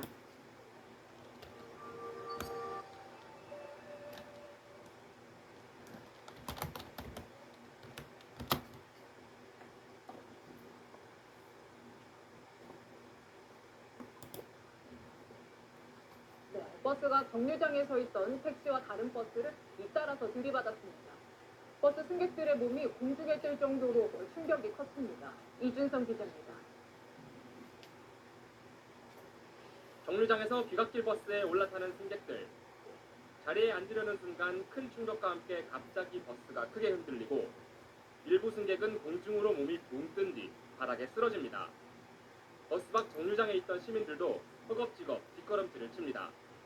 어젯밤 10시 40분쯤 서울 지하철 당산역 근처 버스 정류장에서 시내버스가 돌진한 겁니다. 속도를 줄이지 않고 진입한 버스는 멈춰있던 택시를 밀친 뒤 앞에서 있던 버스까지 들이받고서야 멈췄습니다. 무너지는 줄 알았다. 그 정도로 소리가 컸어요. 이 소리가 안 들렸다. 브레이크 잡는 소리가 안 들렸어요. 이 사고로 버스 승객 등 현장에 있던 시민 19명이 다쳤지만 다행히 경상에 그쳤습니다. 운전자는 경찰 조사에서 브레이크가 작동하지 않았다고 말한 것으로 알려졌습니다. 해당 버스는 지난 2020년 이후 수입된 중국산 전기버스입니다. 중국산 전기버스는 오르막길에서 시동이 꺼져 뒤로 밀리며 승객들이 다치거나 호구대 맨홀 뚜껑이 버스 바닥을 뚫고 올라오는 등 크고 작은 사고가 끊이지 않고 있습니다. 하지만 해당 시내버스 회사는 매주 차량 점검을 철저히 하고 있고 지금까지 전기버스 관련 고장사고도 없었다고 설명했습니다. 경찰은 사고를 낸 버스의 디지털 운행장치 기록 등을 토대로 정확한 사고 경위를 조사할 계획입니다. 채널A 뉴스 이준성입니다.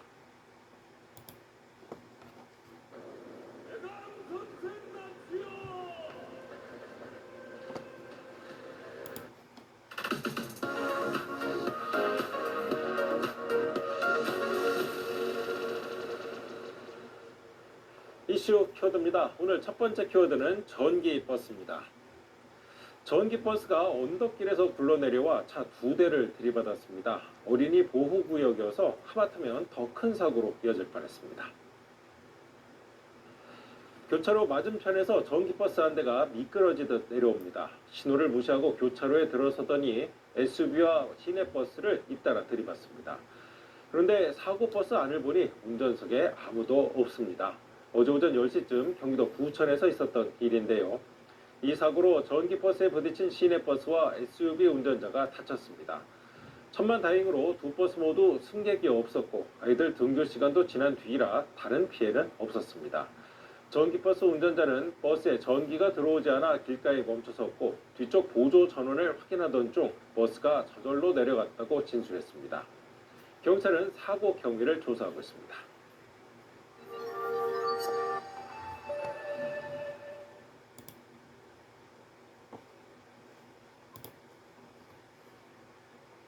네, 마을버스가 차량 넉 대와 건물 외벽을 들이받은 사고가 났습니다. 중국산 전기버스였는데요. 경찰은 버스에 결함은 없는지 국과수에 분석을 의뢰했습니다. 백승현 기자입니다. 서울 성북구의 내리막길. 제한속도가 시속 30km인 어린이 보호구역을 마을버스 한 대가 질주해 내려옵니다. 속도를 주체하지 못한 채 덜컹거리며 달려갑니다. 잠시 뒤 버스는 신호를 기다리던 차량 넉 대를 들이받고 맞은편 건물과 충돌한 뒤에야 멈춰섰습니다. 문이 안 열려서 소방차가 와서 이거 해가지고 열려서 나와주거든요. 다리를 저으셨고. 어제 낮 12시 반쯤 승객 9명을 태운 마을버스가 4중 추돌 사고를 내 5명이 다쳤습니다.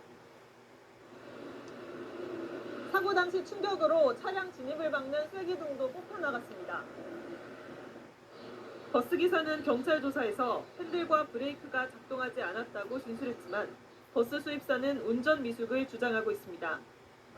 사고가 난 버스는 지난해 9월과 올해 1월에도 내리막길에서 미끄러지는 사고가 났던 중국산 전기버스와 같은 모델입니다. 국토교통부는 같은 버스에 사고가 잇따르자 조사에 나섰습니다. 국토부는 해당 버스가 국내 판매량이 많고 지난해 사고가 여러 번 난 만큼 우리 안전기준에 적합하게 제조됐는지 조사하는 자기인증 적합조사를 올해 시작했다고 밝혔습니다. 경찰은 이번 사고가 운전자 과실인지 차량 문제인지 따져보기 위해 사고가 난 버스를 국립과학수사연구원에 보낼 계획입니다. 채널A 뉴스 백승현입니다.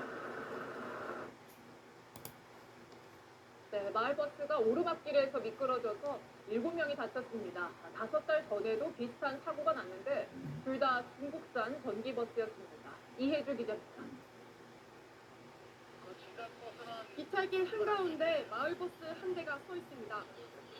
담벼락을 들이받은 채 아슬아슬하게 기울어져 있습니다. 비탈길 옆 화단에는 승객들이 구급대원의 응급처치를 받습니다. 머리가 휘끗한 노인, 어린이도 눈에 띕니다. 어제 저녁 8시쯤 서울 서대문구 홍은동에서 오르막길을 오르던 마을버스가 뒤로 미끄러지는 사고가 났습니다. 버스는 그대로 아파트 옹벽을 들이받았고 버스에 타고 있던 24명 중 7명이 다쳐 병원으로 옮겨졌습니다. 서울시는 비탈길을 오르던 중 기사가 브레이크를 밟았는데도 버스가 뒤로 미끄러진 걸로 파악했습니다. 주민들은 오르막을 오를 때마다 불안했다고 말합니다. 운전사 아저씨가 항시 그거 잡으라고 그래요. 손잡이 잘 잡으시라고 여기 올라오다가 밑으로 가끔씩 한달 전에도 그래도 계속 그랬어요. 그걸 차를 타고 갈라 하다가 내려가고 그러면 안 타고 이제 여기 걸어와가지고.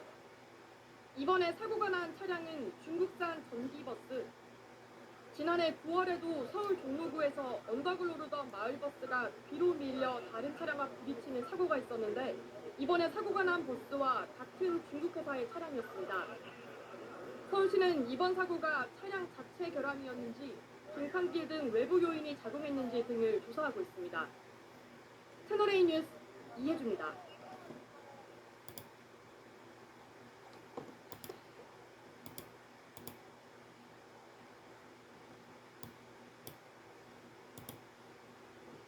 이 전기 자동차가 골칫거리인 경우도 있습니다.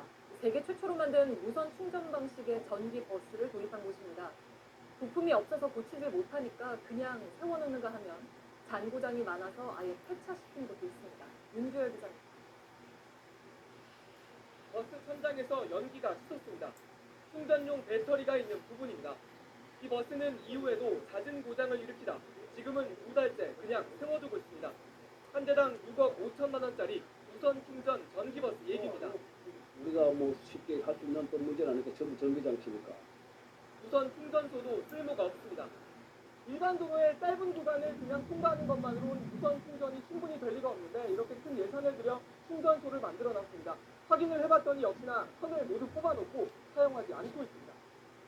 전국 구미에선 울며 겨자 먹기로 운행하고 있지만 세종시는 도입 1년 만에 폐차시켜버렸습니다. 고장난 횟수가 더 많았고 운행을 했어요. 이 버스를 개발한 카이스트에서도 공터에 세워만 놓고 있습니다. 함께 버스를 개발한 민간 회사 2곳이 사업에서 손을 떼면서 부품 구하기가 어려워졌기 때문입니다. 고치기도 어렵고 비용도 많이 들어 무선 충전 전기버스는 이제 고철 덩어리보다 못한 존재가 돼버렸습니다. 그때 안 받았으면 좋겠다는 생각이 들죠. 차라리 뭐 지금 회사 시험이 편하죠. JTBC 임두현입니다.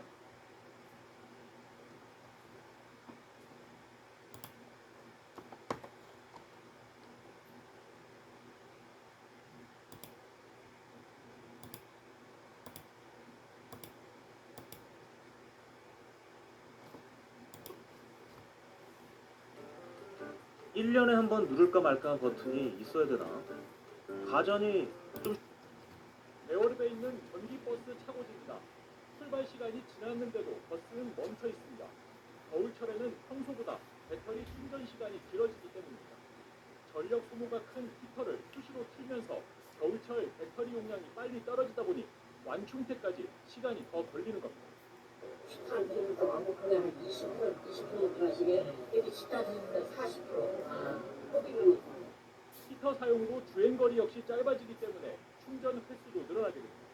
또 차라리 때는 눈이나 이렇게 왔을 때는 이건 뭐 가면 갈수록 충격이 되는데 점점 가는 거예요. 그래서 시간도 오래 걸리면 그 대충 와서 불안해요. 예, 언제 또차 수가 좀 크신다 이거. 지난 2016년부터 30여 개 노선에 전기버스 149대가 도입됐는데 겨울철이면 충전 문제로 종종 운행 지연이 발생하고 있습니다. 전력 사용량이 많은 겨울철에는 평소보다 충전 시간이 길어지면서 운행 시간을 제때 맞추기도 빠듯한 상황입니다. 전기버스 충전기도 말썽입니다. 갑자기 액정이 꺼지거나 도중에 충전이 안 되는 문제가 종종 생깁니다. 제주가 설치한 전기버스 급속 충전기는 39개로 매년 40여 건의 고장 신고가 접수되고 겨울철이면 충전기 관련 민원이 더욱 빈번합니다. 일시적인 건지 뭔지 모르겠는데 그냥 고장나는 분들이 좀 있잖아요. 그러니까 저희는 여기서 출근을 해야 왔다 갔다 하니까 근데 안 되면은 이제 또 진행이 떨어지니까 항상 이렇게 고장나는 바로바로 전화주고. 전기버스 도입 8년째를 맞아 폭설 같은 비상 상황에도 정시성을 확보할 수 있도록 인프라 개선이 필요해 보입니다. KCTV 뉴스 김용원입니다.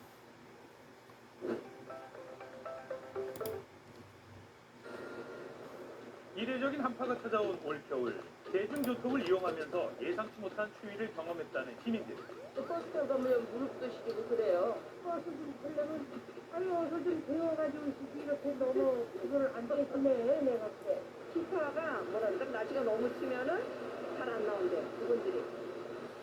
시민들의 불만이 폭주한 대상은 바로 전기버스입니다. 배기가스가 나오지 않고 소음이 적은 친환경 버스죠.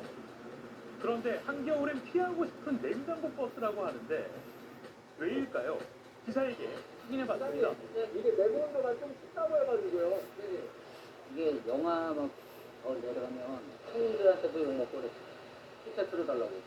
틀어놨는데도 틀어달라고. 버스를 운행하는 기사들도 온갖 방한 용품을 챙겨 다니고 있습니다. 이번 주 엄청 많이 추웠잖아요. 그때는 어렸을 때 발이시네요. 한겨울에 종일 전기버스를 운행하다 보면 무릎이 굳어서 이렇게 녹여줘야 한다고 합니다. 특히 바닥에서 따뜻한 바람이 나오는 일반 버스와 달리 여긴 찬바람이 나오더라고요. 더워서 원래 샌들만 씹게 생겨요. 발에 땀이 많이 나서. 근데 얼마나 추웠으면 이거를 다 차서 구입해서 타고 다니는 거예요.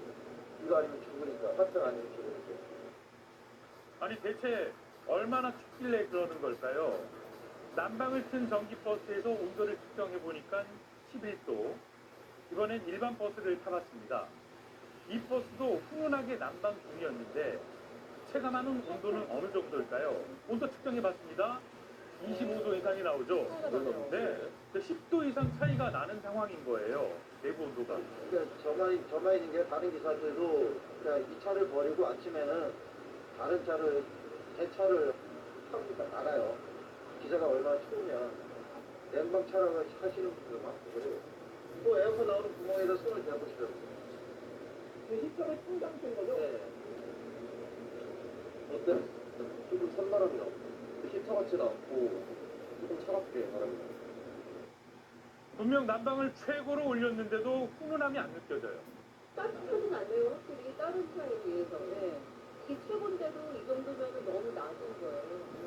보통 이제 일단은 자동차에서 따뜻하다 그걸 느끼는데 자동차 히터만큼이나 그런 열기는 안 느껴져요. 히터가 고장난 걸까요? 현재 만드는 회사가 잘못이에요. 그러니까 거기는 이런 차 우리나라에 이게 온도가 생각을 안 하고 만든 거고. 전기버스가 유독 겨울에 취약한 이유가 뭘까요? 영하 4도 이상 떨어지면 난방 작동이 안 돼요. 그래서 집에 들어왔을 때 이제 문제가 발생이 돼서 얘네가 이제 바닥에다가 히터를 달았단 말이에요. 근데 이제 히터 그 배터리를 듣다 보니까 히터를 달아서 그게 이제 효과가 좀 적었던 거죠. 제조사는 어떻게 대처하고 있을까요? 근데 이제 우리가 처음 이거를 한 거잖아요.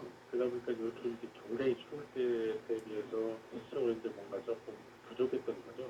저게 우리가 이제 8.5m잖아요. 우리가 시내버스는 11m고 우리는 조금 작다 보니까 제약조건이 있는 거죠. 차 내부에 승객 쪽에 밑에 의자 밑에다가 기타를 추가로 설치했습니다. 본질적인 문제일까요? 전기차는 영하 5도가 되면은 보통 한 30% 내외까지 배터리 성능이 떨어져요. 그러다 보니까 결국은 히팅을 좀 자제하게 되는 그런 어떤 문제점이 생기고 스티크는 추울 수밖에 없고 그런 구조적인 문제가 발생하는 거죠. 요즘엔 사이다 우린 이제 그런 나이다. 메롱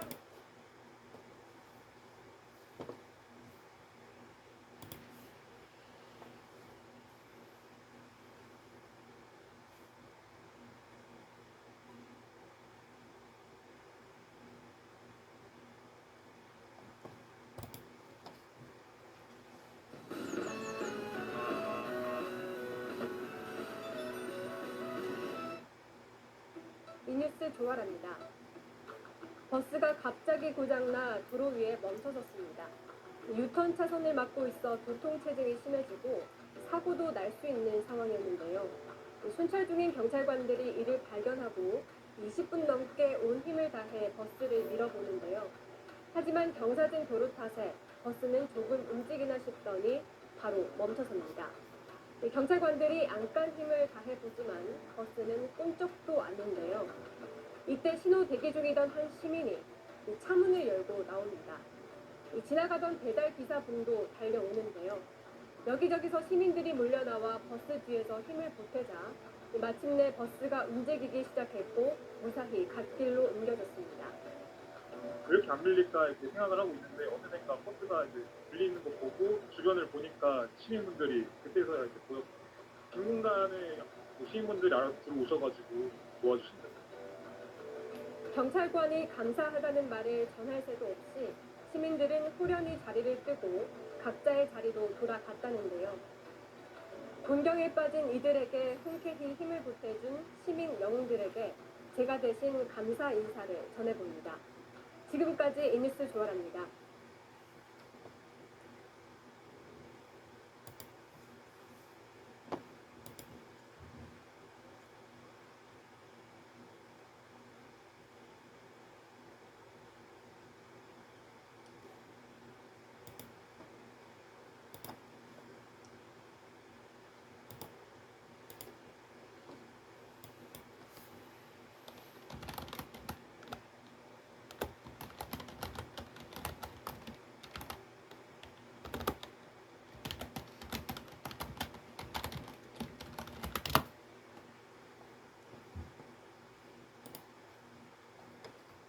여수의 한 초등학교 통학버스가 임의로 운항하지 않고 파업해 이른 아침 소동이 벌어졌습니다.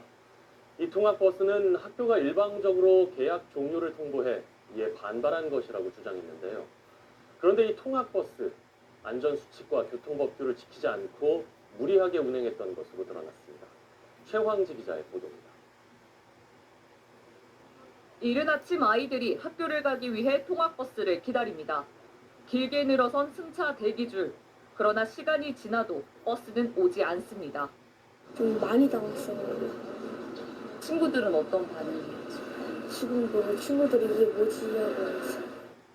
아이들은 통학버스를 기다리고 있는데 정작 아이들을 태워야 할 버스는 학교 앞 어린이 보호구역에 불법 정차돼 있습니다. 좁은 도로의 통행을 방해해 경찰까지 출동했습니다. 여천초 학생들의 대부분은 원거리 통학생으로 이날 400여 명의 학생들이 큰 혼란을 겪었습니다. 이미 수업이 시작됐을 시간입니다. 오늘 아이들은 평소보다 2시간 늦게 등교했습니다. 통학버스 업체 측은 학교가 임의로 계약 종료를 통보했다며 이에 반발한 조치라고 설명했습니다. 올해 3월부터 전남도 교육청에 정식 입찰을 통해 통학버스를 운영하고 있는데 학교가 명확한 근거도 없이 일방적으로 계약 해지를 통보했다고 말했습니다.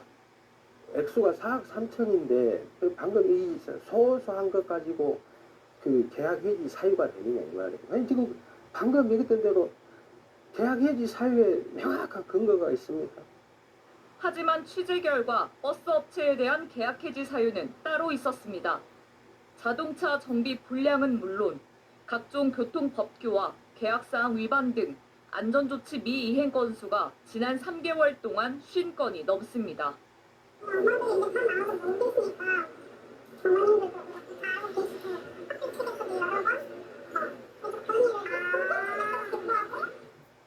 현재 통학버스 계약은 교육청 입찰 과정을 통해 이루어집니다. 전자입찰로 이루어지다 보니 일정한 자격 요건만 갖추면 업체로 선정될 수 있습니다. 현장 관계자들은 어린이 보호 차량과 관련된 자격 요건을 갖췄다고 하더라도 그에 맞게 운행을 하는지 후속 검증이 필요하다고 조언합니다. 좀 강화되어서 실질적으로 입찰을 하기 전에 실질 그 상황을 그 버스 상황이라든지 이런 것들이 다 갖추어졌는지를 좀 보고 입찰을 그게 적합인지 부적합인지 판정을 해서 학교에다가. 통학버스 업체 측은 이에 대해 이 같은 위법 사항은 인정하지만 계약 해지까지는 부당하다며 여수교육지원청과 여천초를 상대로 민원을 제기했고 향후 행정소송까지 예고했습니다. MBC 뉴스 최영지입니다.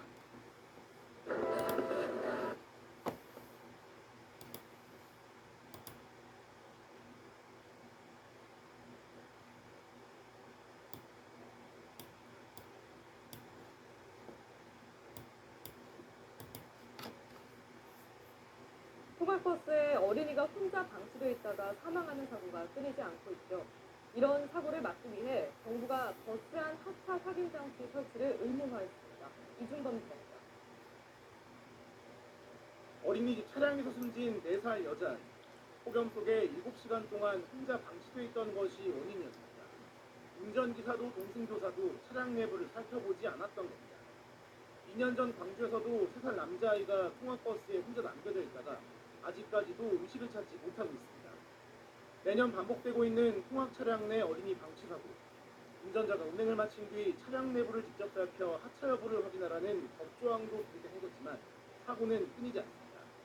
정부는 이를 막기 위해 도로교통법을 개정해 어린이 통학버스에 의무적으로 하차 확인 장치를 달게 하기로 했습니다. 운전자가 시동을 끄면 3분 이내에 차량 맨 뒷자리에 있는 버튼을 눌러야 하고 이를 하지 않으면 경고음이 울립니다. 운전자가 매번 뒷좌석까지 이동하게 만들어 아이를 못 보고 방치하는 일을 없게 하겠다는 겁니다. 새로 제작되는 차량뿐 아니라 지금 운행 중인 버스도 적용됩니다. 이 제도는 내년 4월 17일부터 시행됩니다. 경찰은 어린이집과 유치원 운영자들이 통학버스에 하차 확인 장치를 조속히 설치하도록 당부할 예정입니다. MBC 뉴스 이준범입니다.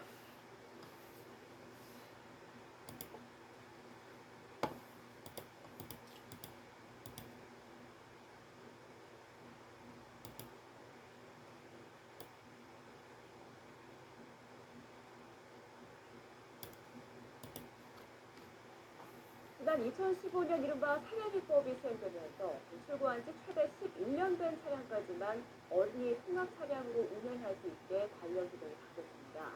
하지만 YTN 취재 결과 연식 11년을 훌쩍 넘은 노후 차량들이 전국적으로 무려 4만 대나 어린이 통학 차량으로 이용되고 있는 것으로 드러났습니다.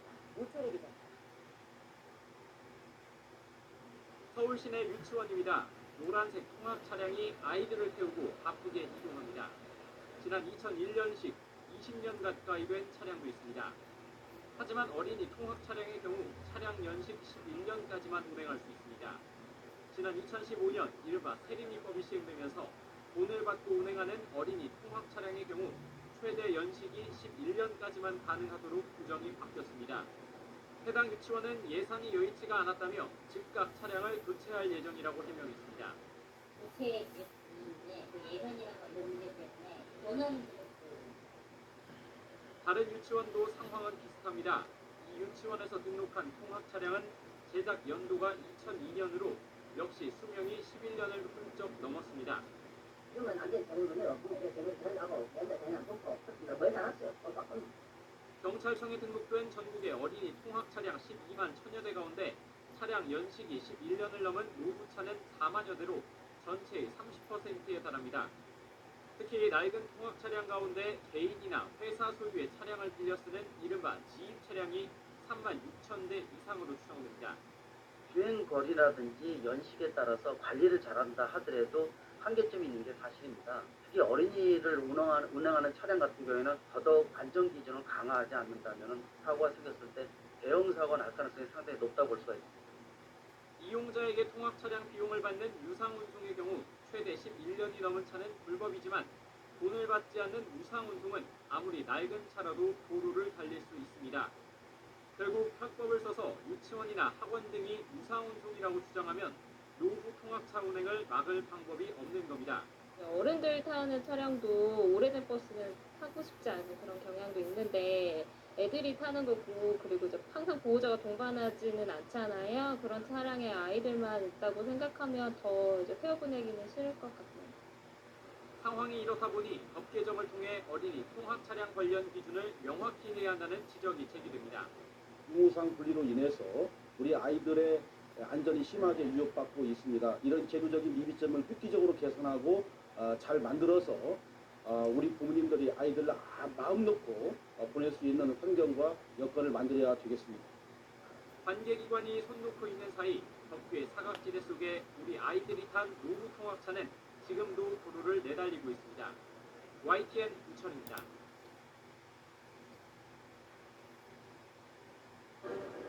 자동차 보험 만기라면 DB 다이렉트 만날 기회. DB 다이렉트는 4년은 아이들을 태우는 학원 차량이 아이들 안전을 위협하고 있습니다. 소방도로뿐만 아니라 어린이 보호구역까지 이런 학원차들이 점령했는데 단속을 피하기 위해 온갖 편법을 동원합니다. 현장 카메라 권솔 기자가 취재했습니다. 인천 송도의 한 원곡 10차선 도로입니다. 제 기준 맞은편은 차량석이 원만한 반면 반대쪽은 상대적으로 차량이 진입을 하지 못하고 빽빽하게 들어차 있는 모습입니다. 왜 이런 일이 벌어진 걸까요? 현장으로 갑니다. 유명 어학원 차량들이 차선 하나를 통째로 점령했습니다. 끝이 보이지 않는 주차 행렬에 도로가 뒤엉키고 노선 버스들도 정류장에 멈춰서지 못합니다.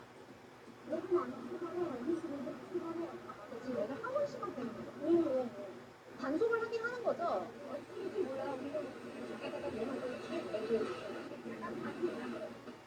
3분 거리에 또 다른 도로. 학원 차량 전용 주차장이란 푯말까지 세워놓고 소방차 전용 도로를 점령했습니다. 조금 전까지 학원 차량이 빽빽하게 주차되어 있던 곳입니다. 학원 차량이 다 빠지고 난 뒤 이렇게 소방차 전용 도로라는 글자가 눈에 띕니다. 금방 나오니까 하리클 문제가 아니었고 올해 1월부터 한 현재까지 한 100건 정도 부과가 됐어요. 취재 도중 불법 부정차된 차량들이 앞으로 조금씩 움직이는 장면도 포착됐습니다. 10분 이상 같은 자리에 서 있으면 단속이 적발되는데 몇 미터씩 살짝이라도 이동할 경우엔 단속 카메라가 인지하지 못한다는 점을 악용한 겁니다.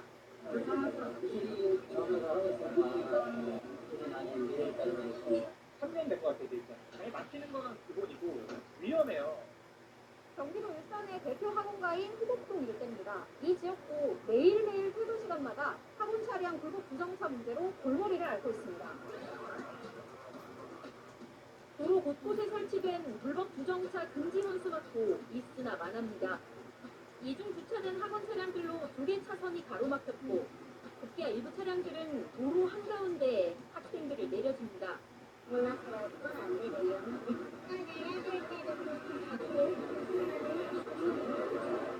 어린이 보호구역에서는 단 1분도 불법 부정차를 해선 안 되지만 맞은편에 차를 대고 있는 학원차가 10대 넘게 눈에 띕니다. 학원이 바로 앞이고 단속이 없으니까 방송에 나가면은 우리라도 많이 불편하고 곤란해져요. 주차장이 없다고 학원은 많고 해서 불법 주정차들 되게 많이 저는 염려해서 일로 와 걸어올 수 있게 하러 왔다고. 신도시의 경우 도시계획 단계에서부터 교육과 교통 수요에 맞춰 주차 공간이 확보됐어야 하지만 수요 예측에 실패한 데다 인구까지 늘면서 악순환이 계속된다는 지적이 나옵니다. 계획대로 시다 보니까 어떤 주차 공간이라든가 이렇게 공터라든가 이런 공간을 신도시 같은 경우는 할 수 없더라고요. 어린이 보호구역에서조차 학원차 불법 주정차 문제가 만연해 있습니다. 이런 모습들을 보면서 우리 아이들이 일상에서 안전 불감증을 배우게 되는 거 아닐까요? 현장 카메라 권솔입니다.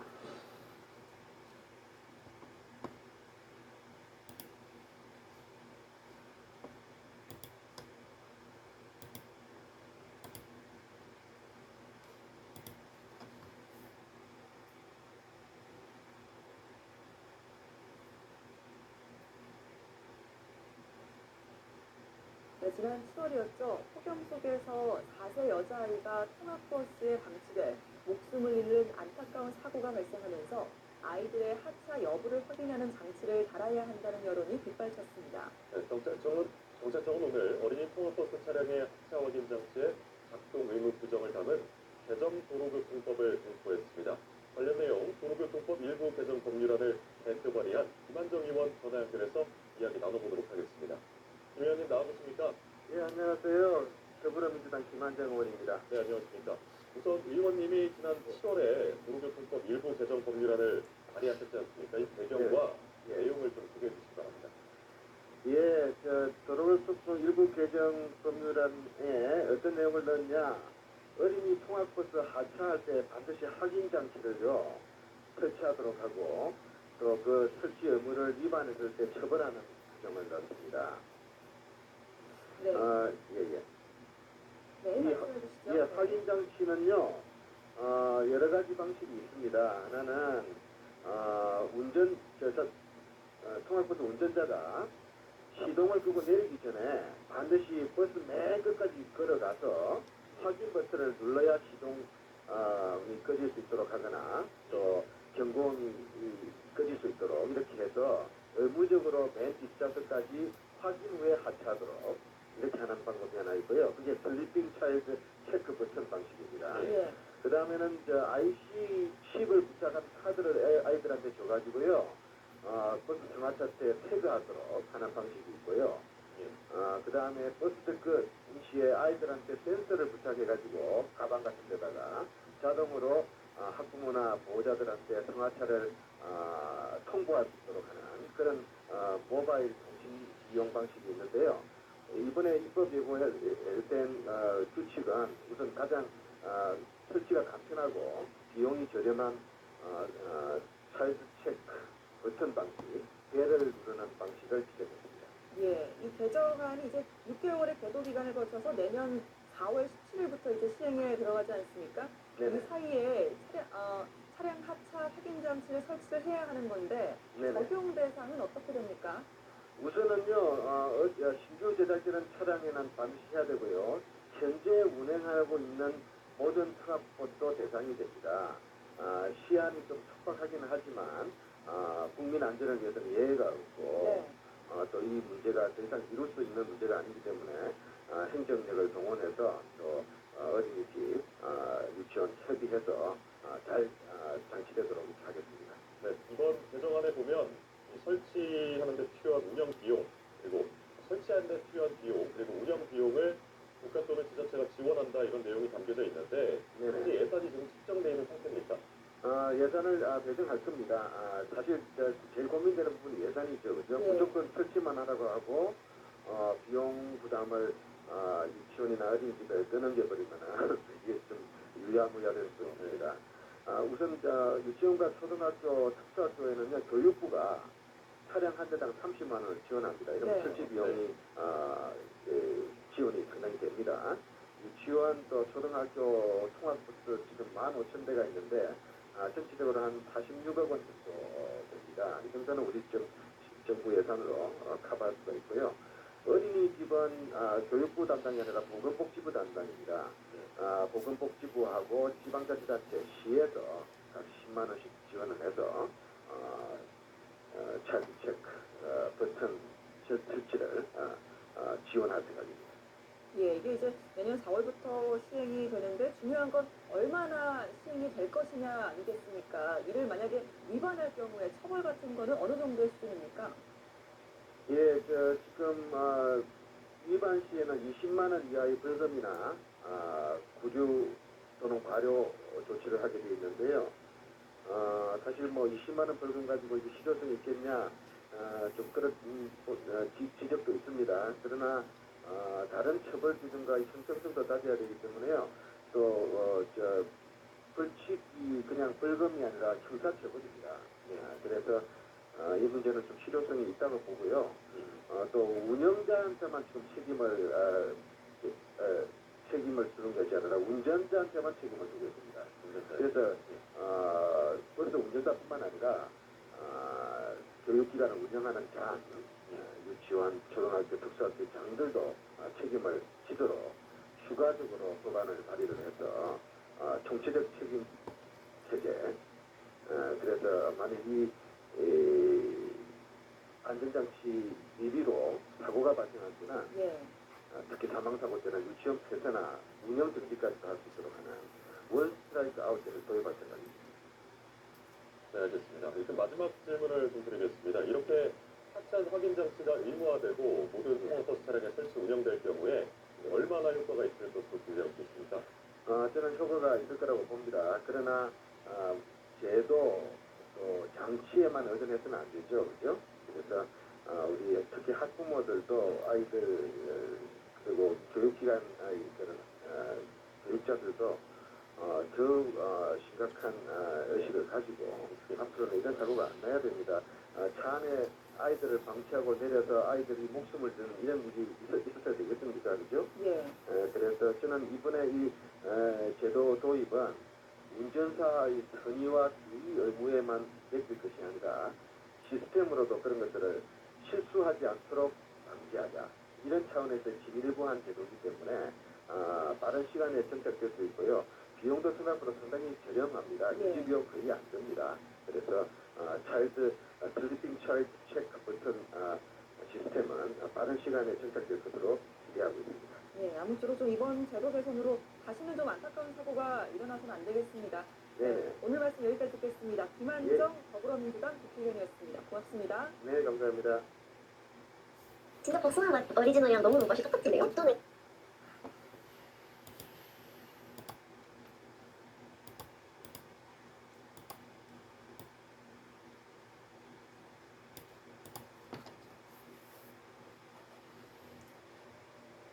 여수해안 초등학교 통학버스가 임의로 운항하지 않고 파업해 이른 아침 소동이 벌어졌습니다. 이 통학버스는 학교가 일방적으로 계약 종료를 통보해 이에 반발한 것이라고 주장했는데요.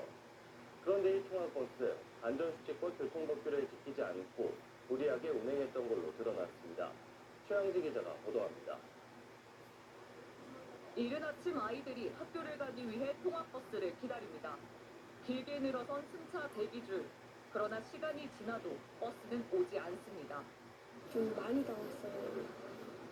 친구들은 어떤 반응이었죠? 지금 뭐 친구들이 이게 뭐지 하고 있어요. 아이들은 통학버스를 기다리고 있는데 정작 아이들을 태워야 할 버스는 학교 앞 어린이 보호구역에 불법 정차돼 있습니다. 좁은 도로의 통행을 방해해 경찰까지 출동했습니다. 여촌 초학생들의 대부분은 원거리 통학생으로 이날 400여 명의 학생들이 큰 혼란을 겪었습니다. 이미 수업이 시작됐을 시간입니다. 오늘 아이들은 평소보다 2시간 늦게 등교했습니다. 통학버스 업체 측은 학교가 임의로 계약 종료를 통보했다며 이에 반발한 조치라고 설명했습니다. 올해 3월부터 전남도 교육청에 정식 입찰을 통해 통학버스를 운영하고 있는데 학교가 명확한 근거도 없이 일방적으로 계약 해지를 통보했다고 말했습니다. 액수가 4억 3천인데 방금 이 소소한 것 가지고 그 계약 해지 사유가 되느냐 이거예요. 아니 지금 방금 얘기했던 대로 계약 해지 사유에 명확한 근거가 있습니다. 하지만 취재 결과 버스 업체에 대한 계약 해지 사유는 따로 있었습니다. 자동차 정비 불량은 물론 각종 교통법규와 계약사항 위반 등 안전조치 미이행 건수가 지난 3개월 동안 50건이 넘습니다.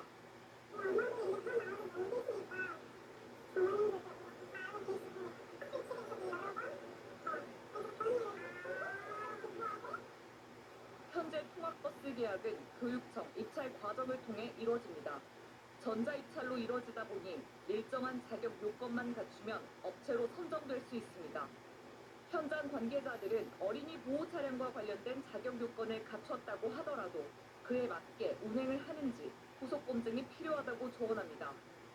좀 강화되어서 실질적으로 입찰을 하기 전에 실질 그 상황을 그 버스 상황이라든지 이런 것들이 다 갖추어졌는지를 좀 보고 입찰을 그게 적합인지 부족합인지 판정을 해서 학교에다가 통학버스 업체 측은 이에 대해 이 같은 위법 사항은 인정하지만 계약 해지까지는 부당하다며 여수교육지원청과 여천초를 상대로 민원을 제기했고 향후 행정소송까지 예고했습니다. MBC 뉴스 최영지입니다. 평범한 건 매력 없다.